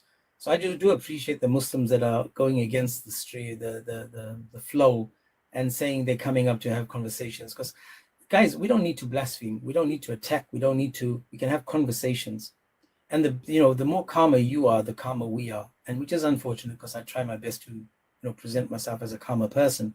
But I know that I have this silly, habit of, Yemeni, that's right. So Yemeni is one of these guys that is telling all the Dawah people to stay away. And because he's been cooked so many times, he's embarrassed that the others are being cooked as well. So, he's more than welcome to come here. I heard that, but I was like, I don't know. It was seeming like it was an algorithm thing. If that's the case, that's some scary stuff. That should make any Muslim be like, I don't need to be in this religion, because they can't even deal with the opposition. That's crazy, though. Sad. It's honestly sad, because again, Christianity has been the most scrutinized and attacked religion throughout history. I mean, they've tried for the last 2,000 years to make it false, but they failed. Islam is new to this. We literally just started. We just started. John of Damascus started, but he was silenced, right? And took a long time before we came back into the rhythm of things. And today they can't get rid of us. I mean, whether they take our lives or whether they cut the internet or what, it doesn't matter what they do. If I disappear, Banku's there. Banku disappears, Chris Claus is there. I'll be there. There's always going to be someone that's going to jump in and take my place, because now it's too late. Allah didn't foresee the coming of internet. He cooked himself with Yep. internet. Yeah, man ain't gonna never stop. I mean, and I'm strongly a believer that Islam's the Antichrist. So I feel like it's gonna get to a certain point. But yet still you can't silence the truth in Christ. But always have That's right. lines for it. So That's right. So again, Speedy, I hope you watched the all the evidence I gave about your religion and paganism. You say that you'll always be a Muslim. Just remember that you'll always be a pagan then. Speed, I don't even get Speed's rationale. You see so much evidence that says your religion is false. He sounds like my freaking husband. Like at one point in time, even if it's wrong and I go to hell, I'm just gonna sit there and get crispy. Like I don't think he's serious about it. But I don't know about Speedy's case, because it doesn't. You have more information exposed to you, and my husband just runs away from information I try to give him. But yet you still saying you're gonna stay a Muslim. That doesn't make sense. It's not logical at all. Definitely. But anyway, guys, before we leave, as usual, we've got to read from the Psalms. You're more than welcome to stay up there, Banku, while I'm reading, because we got to go through the Psalms. I think we're on Psalm 12 today. Yeah, Psalm 12 today. Muslims, don't run. The Psalms, the Zabur, according to you guys. So learn from the Zabur. So the Psalm 12, it says, "Save, O Lord, for the godly one is gone, for the faithful have vanished from among the children of man. Everyone utters lies to his neighbor. With flattering lips and a double heart they speak. May the Lord cut off all flattering lips, the tongue that makes great boasts. Those who say, with our tongue we will prevail. Our lips are with us. Who is the master over us? Because the poor are plundered, because the needy groan. I will now arise, says the Lord. I will place him in safety, for which he longs. The words of the Lord are pure words, like silver refined in a furnace on the ground, purified 7 times. You, O Lord, will keep them. You will guard them from this generation forever. On every side the wicked prowl, as vileness is exalted among the children of man." Amen. So in this psalm, guys, we notice that flattering lips, liars, people that boast, these people will go nowhere. They're not going to prevail. The honest ones will prevail. The Lord says that He will give us pure words, because He is pure words. And we need to be purified from the inside several times over, because again, we get purified through the crucifixion and resurrection of Christ, and then we go sin. Then we ask for forgiveness, then we sin. Ask for forgiveness, we sin. Back and forth. And again, if we have the sinful nature and we continue sinning, then why even bother call ourselves Christians? Why? Why take it for granted? Oh, okay, I'm saved, so I'll be good. No. It's not the case, guys. You can't say that you've been saved while committing sin. It's crazy. Seriously crazy. Crazy. And I just wish there's so many people. I wish there's so many people, more people that would be honest with themselves. Again, I read somewhere where the closer you get to sin, the more you will realize how much you sin.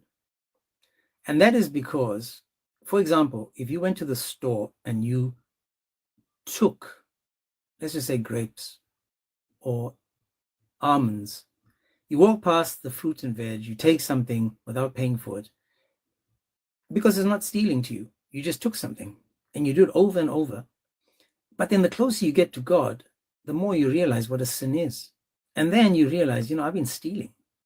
And that's sinful. I'm stealing. That's why I'm saying the closer you get to God, the things that you used to make excuses for, you now start realizing were actually sin. And then by continuing doing that sin, you are basically saying to God, listen, I know that it's wrong, but I'm going to do it anyway, and it doesn't really matter, instead of saying I'm not going to do it anymore. We know most of the time the things we do are wrong. We know it, but we find an excuse for it. Like I'll delete the porn channel tomorrow because today is fine, but tomorrow I will. Or, you know, I'll stop, you know, with my lover next week, but this week is okay. I'll stop, you know, stealing the next week, but I need it this week. We know it's wrong. We make excuses for it. It's like the Muslims. They know Islam is false, but they make an excuse for it and they keep following it, knowing that the truth is not in Islam, it's outside of it. So I'm just begging you guys, please, to be honest with yourselves as well.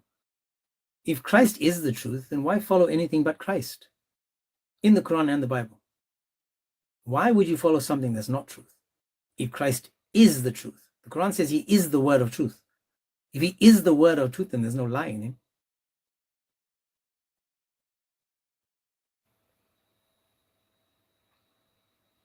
Anyway, guys, God bless each and every single one of you. Thank you for today.